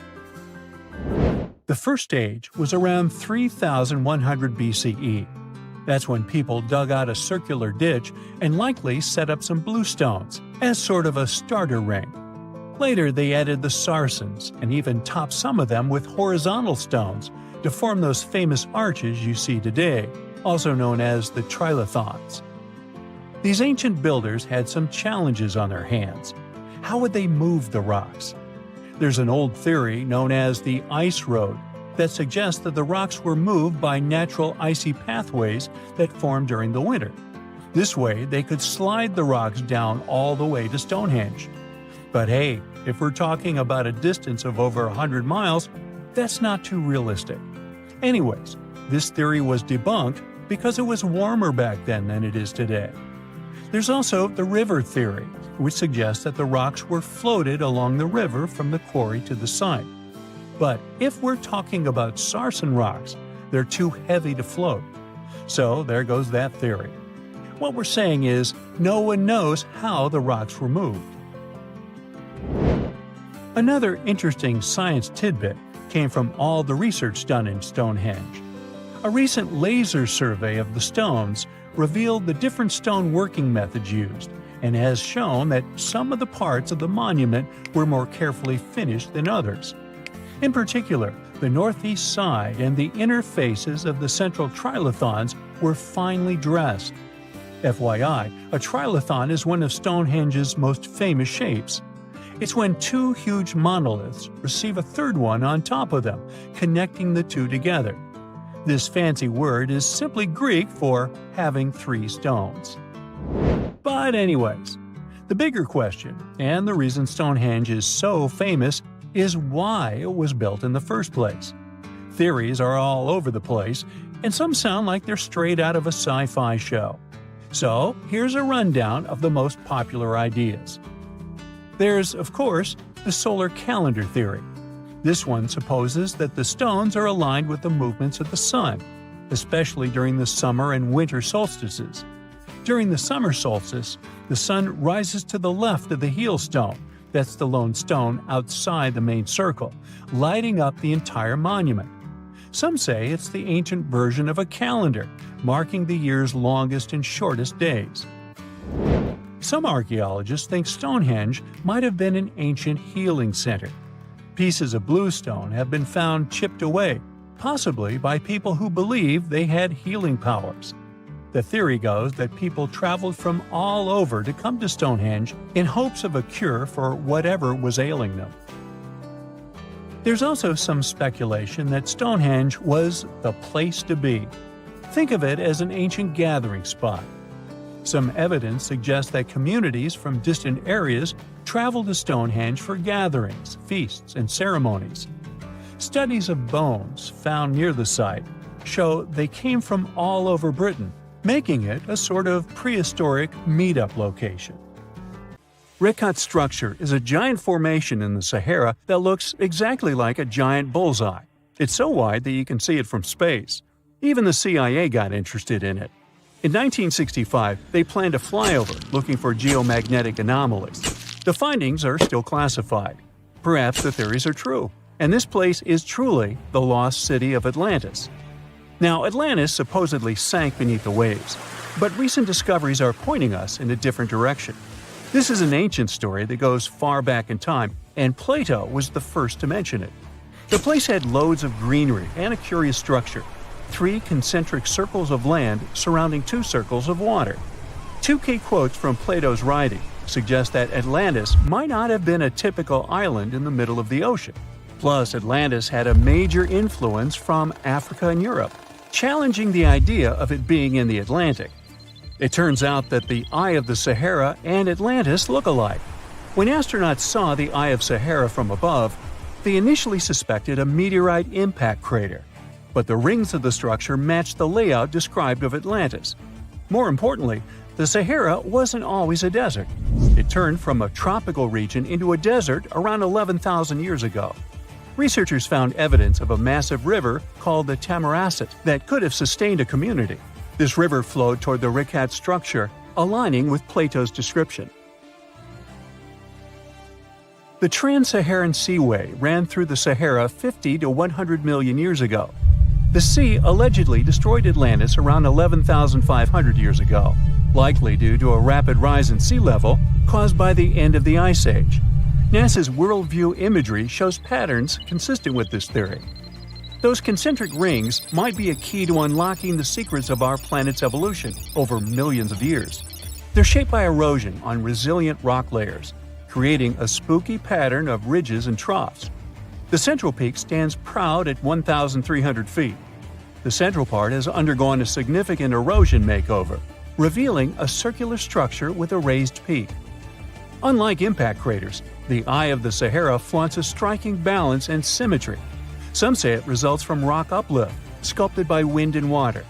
Others think it's an ancient anticline, eroded to reveal its concentric glory. Then there's a salt diapir theory, suggesting that salt's buoyancy sculpted this beauty.